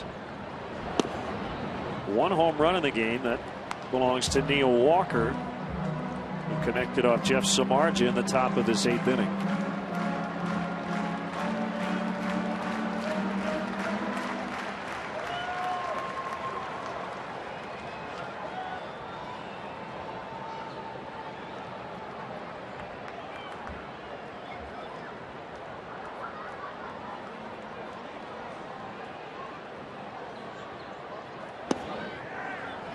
Well, and this is one of those days that makes Wrigley Field, right field, the toughest defensive position in the outfield.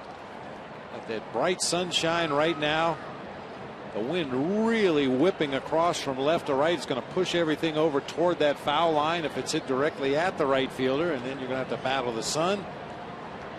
Not easy duty for Garrett Jones out there in right. 3-1. Darwin Barney would hit next.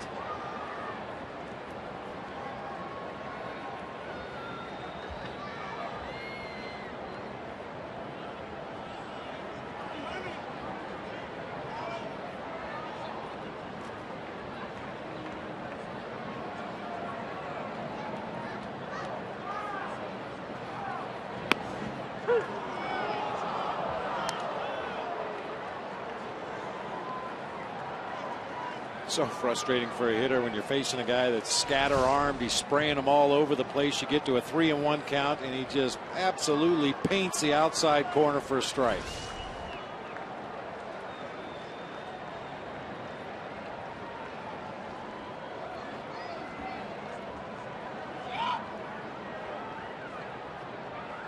Runners will be going, so Veras needs to shorten that lead a little bit.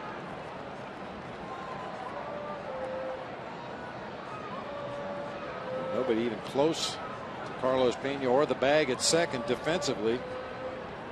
Be able to get a big walking lead. There they go. And this will be a base hit to score Pena.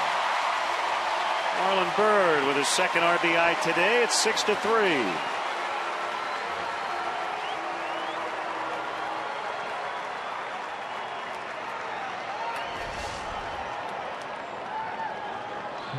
Good breaking ball down and away from Marlon Byrd. You see no stride whatsoever. Just kind of threw his hands at the baseball, flipped it out there into left field for an RBI base hit.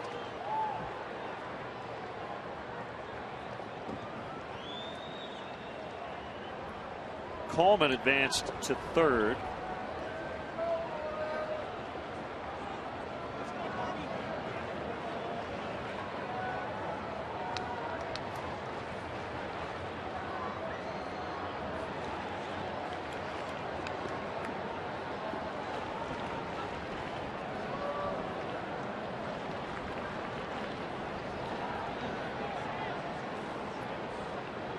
Cubs really break it open. We could see John Grabo in the ninth. He just grabbed the ball. Barney swings and misses.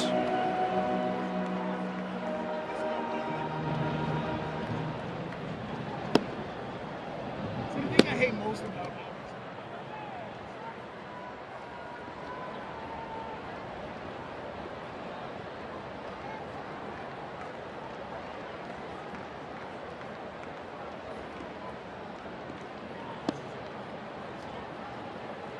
One. Cubs have spread it around today. Single runs in the 3rd, 4th, 6th, and 8th. They got 2 in the 5th.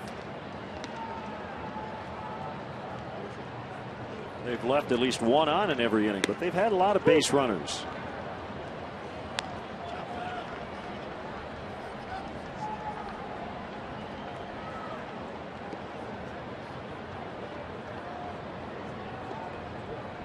Every starter with at least 1 hit, with the exception of Darwin Barney at the plate right now, and Carlos Pena, but Pena walked 4 times, so didn't really have much of an opportunity to swing the bat today.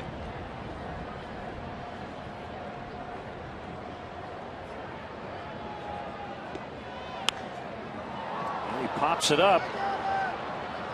The wind and the sun, not an easy spot at this time of day, but Walker makes a catch. 2 walks, a hit, and the Cubs add a run. 6-3 as we head off to the 9th.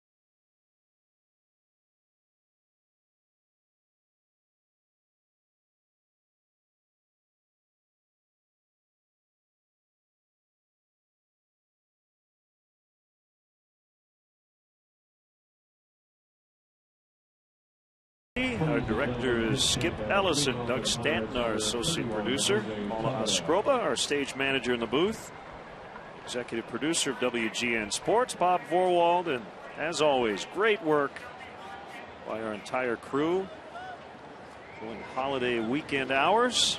We'll be right back here tomorrow afternoon. Sean Marshall filling in today for Carlos Marmol, working with a 3-run lead, facing Jose Tabata, who will hit for the catcher McHenry.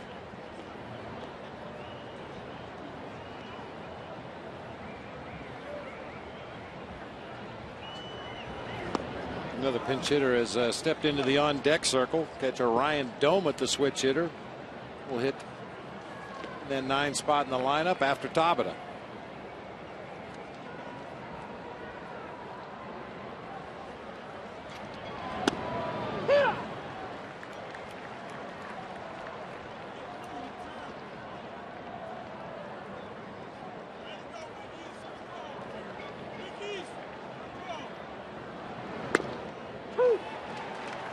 Curve for strike 1 and 2.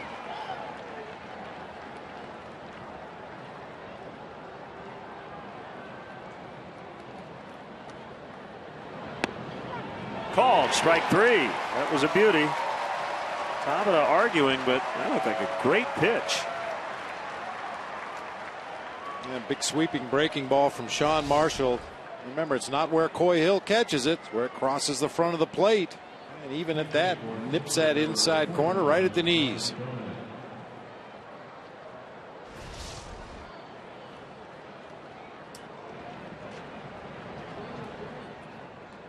Another pinch hitter, Ryan Doman.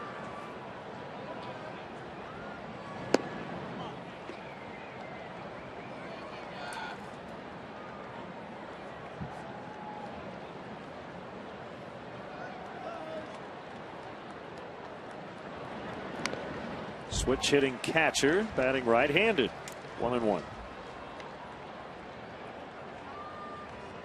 For Marshall, this would be his first save since August 7th against Cincinnati. Check that. First opportunity since August 7th. He took the loss. It will be his first save since July 22nd versus Houston. Dolman with a pinch hit single.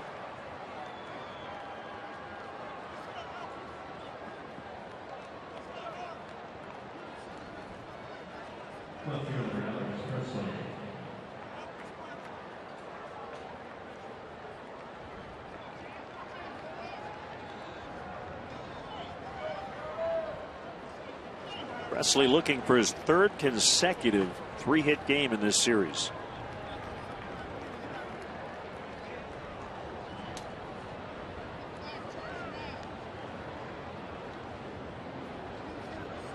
Already has 4 consecutive multi-hit affairs. He's 2 out of 4.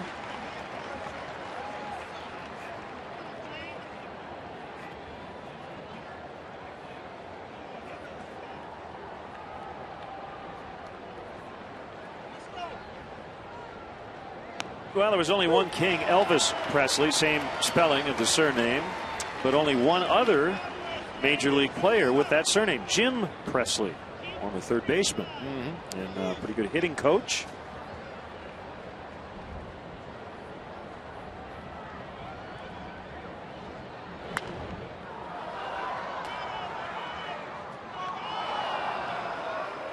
I guarantee you this is one of the tougher at-bats that Presley's had over this recent hitting streak that he's had against a big, tall left-hander with a couple of different breaking balls and a good fastball in the low 90s.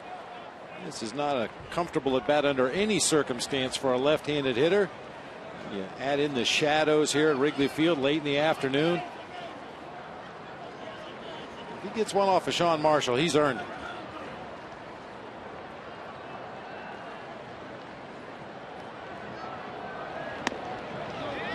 A hold up. There is an Elvis Andrus, an all-star.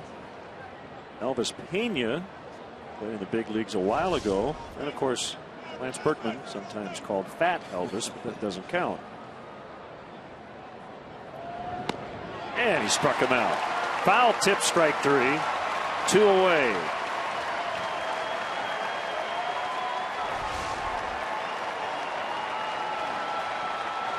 Fastballs to start the sequence, and then the big sweeping breaking ball for strike 3. Holiday Sunday crowd of 40,000 plus. And Sean Marshall's 1 out away as he faces Josh Harrison. A good idea to get him on deck as a guy with 20 home runs, Andrew McCutcheon.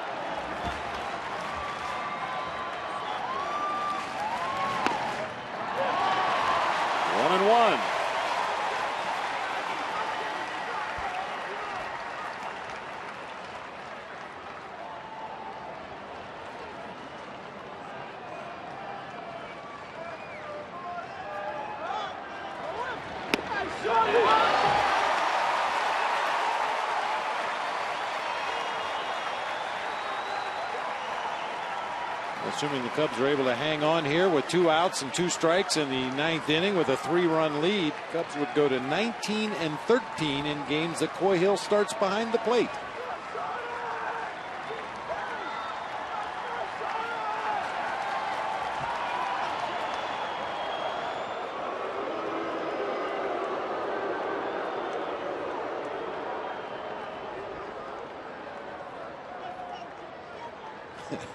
Dirty round of boos as Harrison stepped out of the batter's box. I think a lot of these people have other places to go as soon as this one ends. Beer's just going to get a little bit colder. That's all.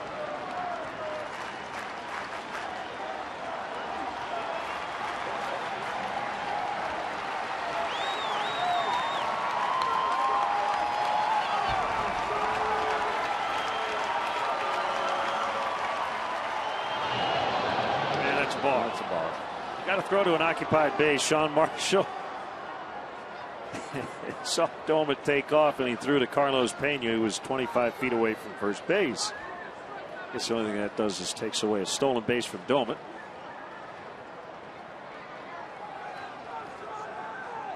You know what? You'd rather balk than throw the wrong pitch. And you're up 3. Now a 1-2.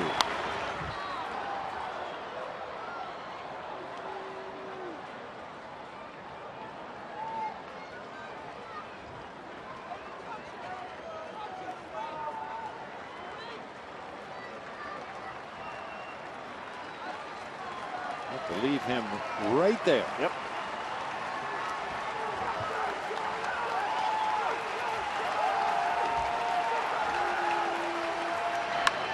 Ground ball to second. This will do it. Barney to Pena. Cubs win.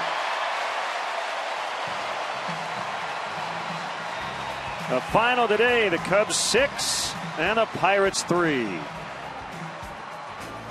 Baseball season's underway. Well, you better get ready for a brand new day. Hey, Chicago, what do you say? The Cubs are gonna win today. They're singing, go Cubs, go! Go Cubs, go! Hey, Chicago, what do you say? The Cubs are gonna win today. Go Cubs, go! Go Cubs, go! Hey, Chicago, what do you say? The Cubs are gonna win today. They got the power, they got the speed to be the best in the National League. Well, this is the year and the Cubs are real. So come on down to Wrigley Field. We're singing now, go Cubs, go! Go Cubs, go! Hey, Chicago, what do you say? The Cubs are gonna win today. Go Cubs, go! Go Cubs, go! Hey, Chicago, what do you say? The Cubs are gonna win today. Baseball time is here again.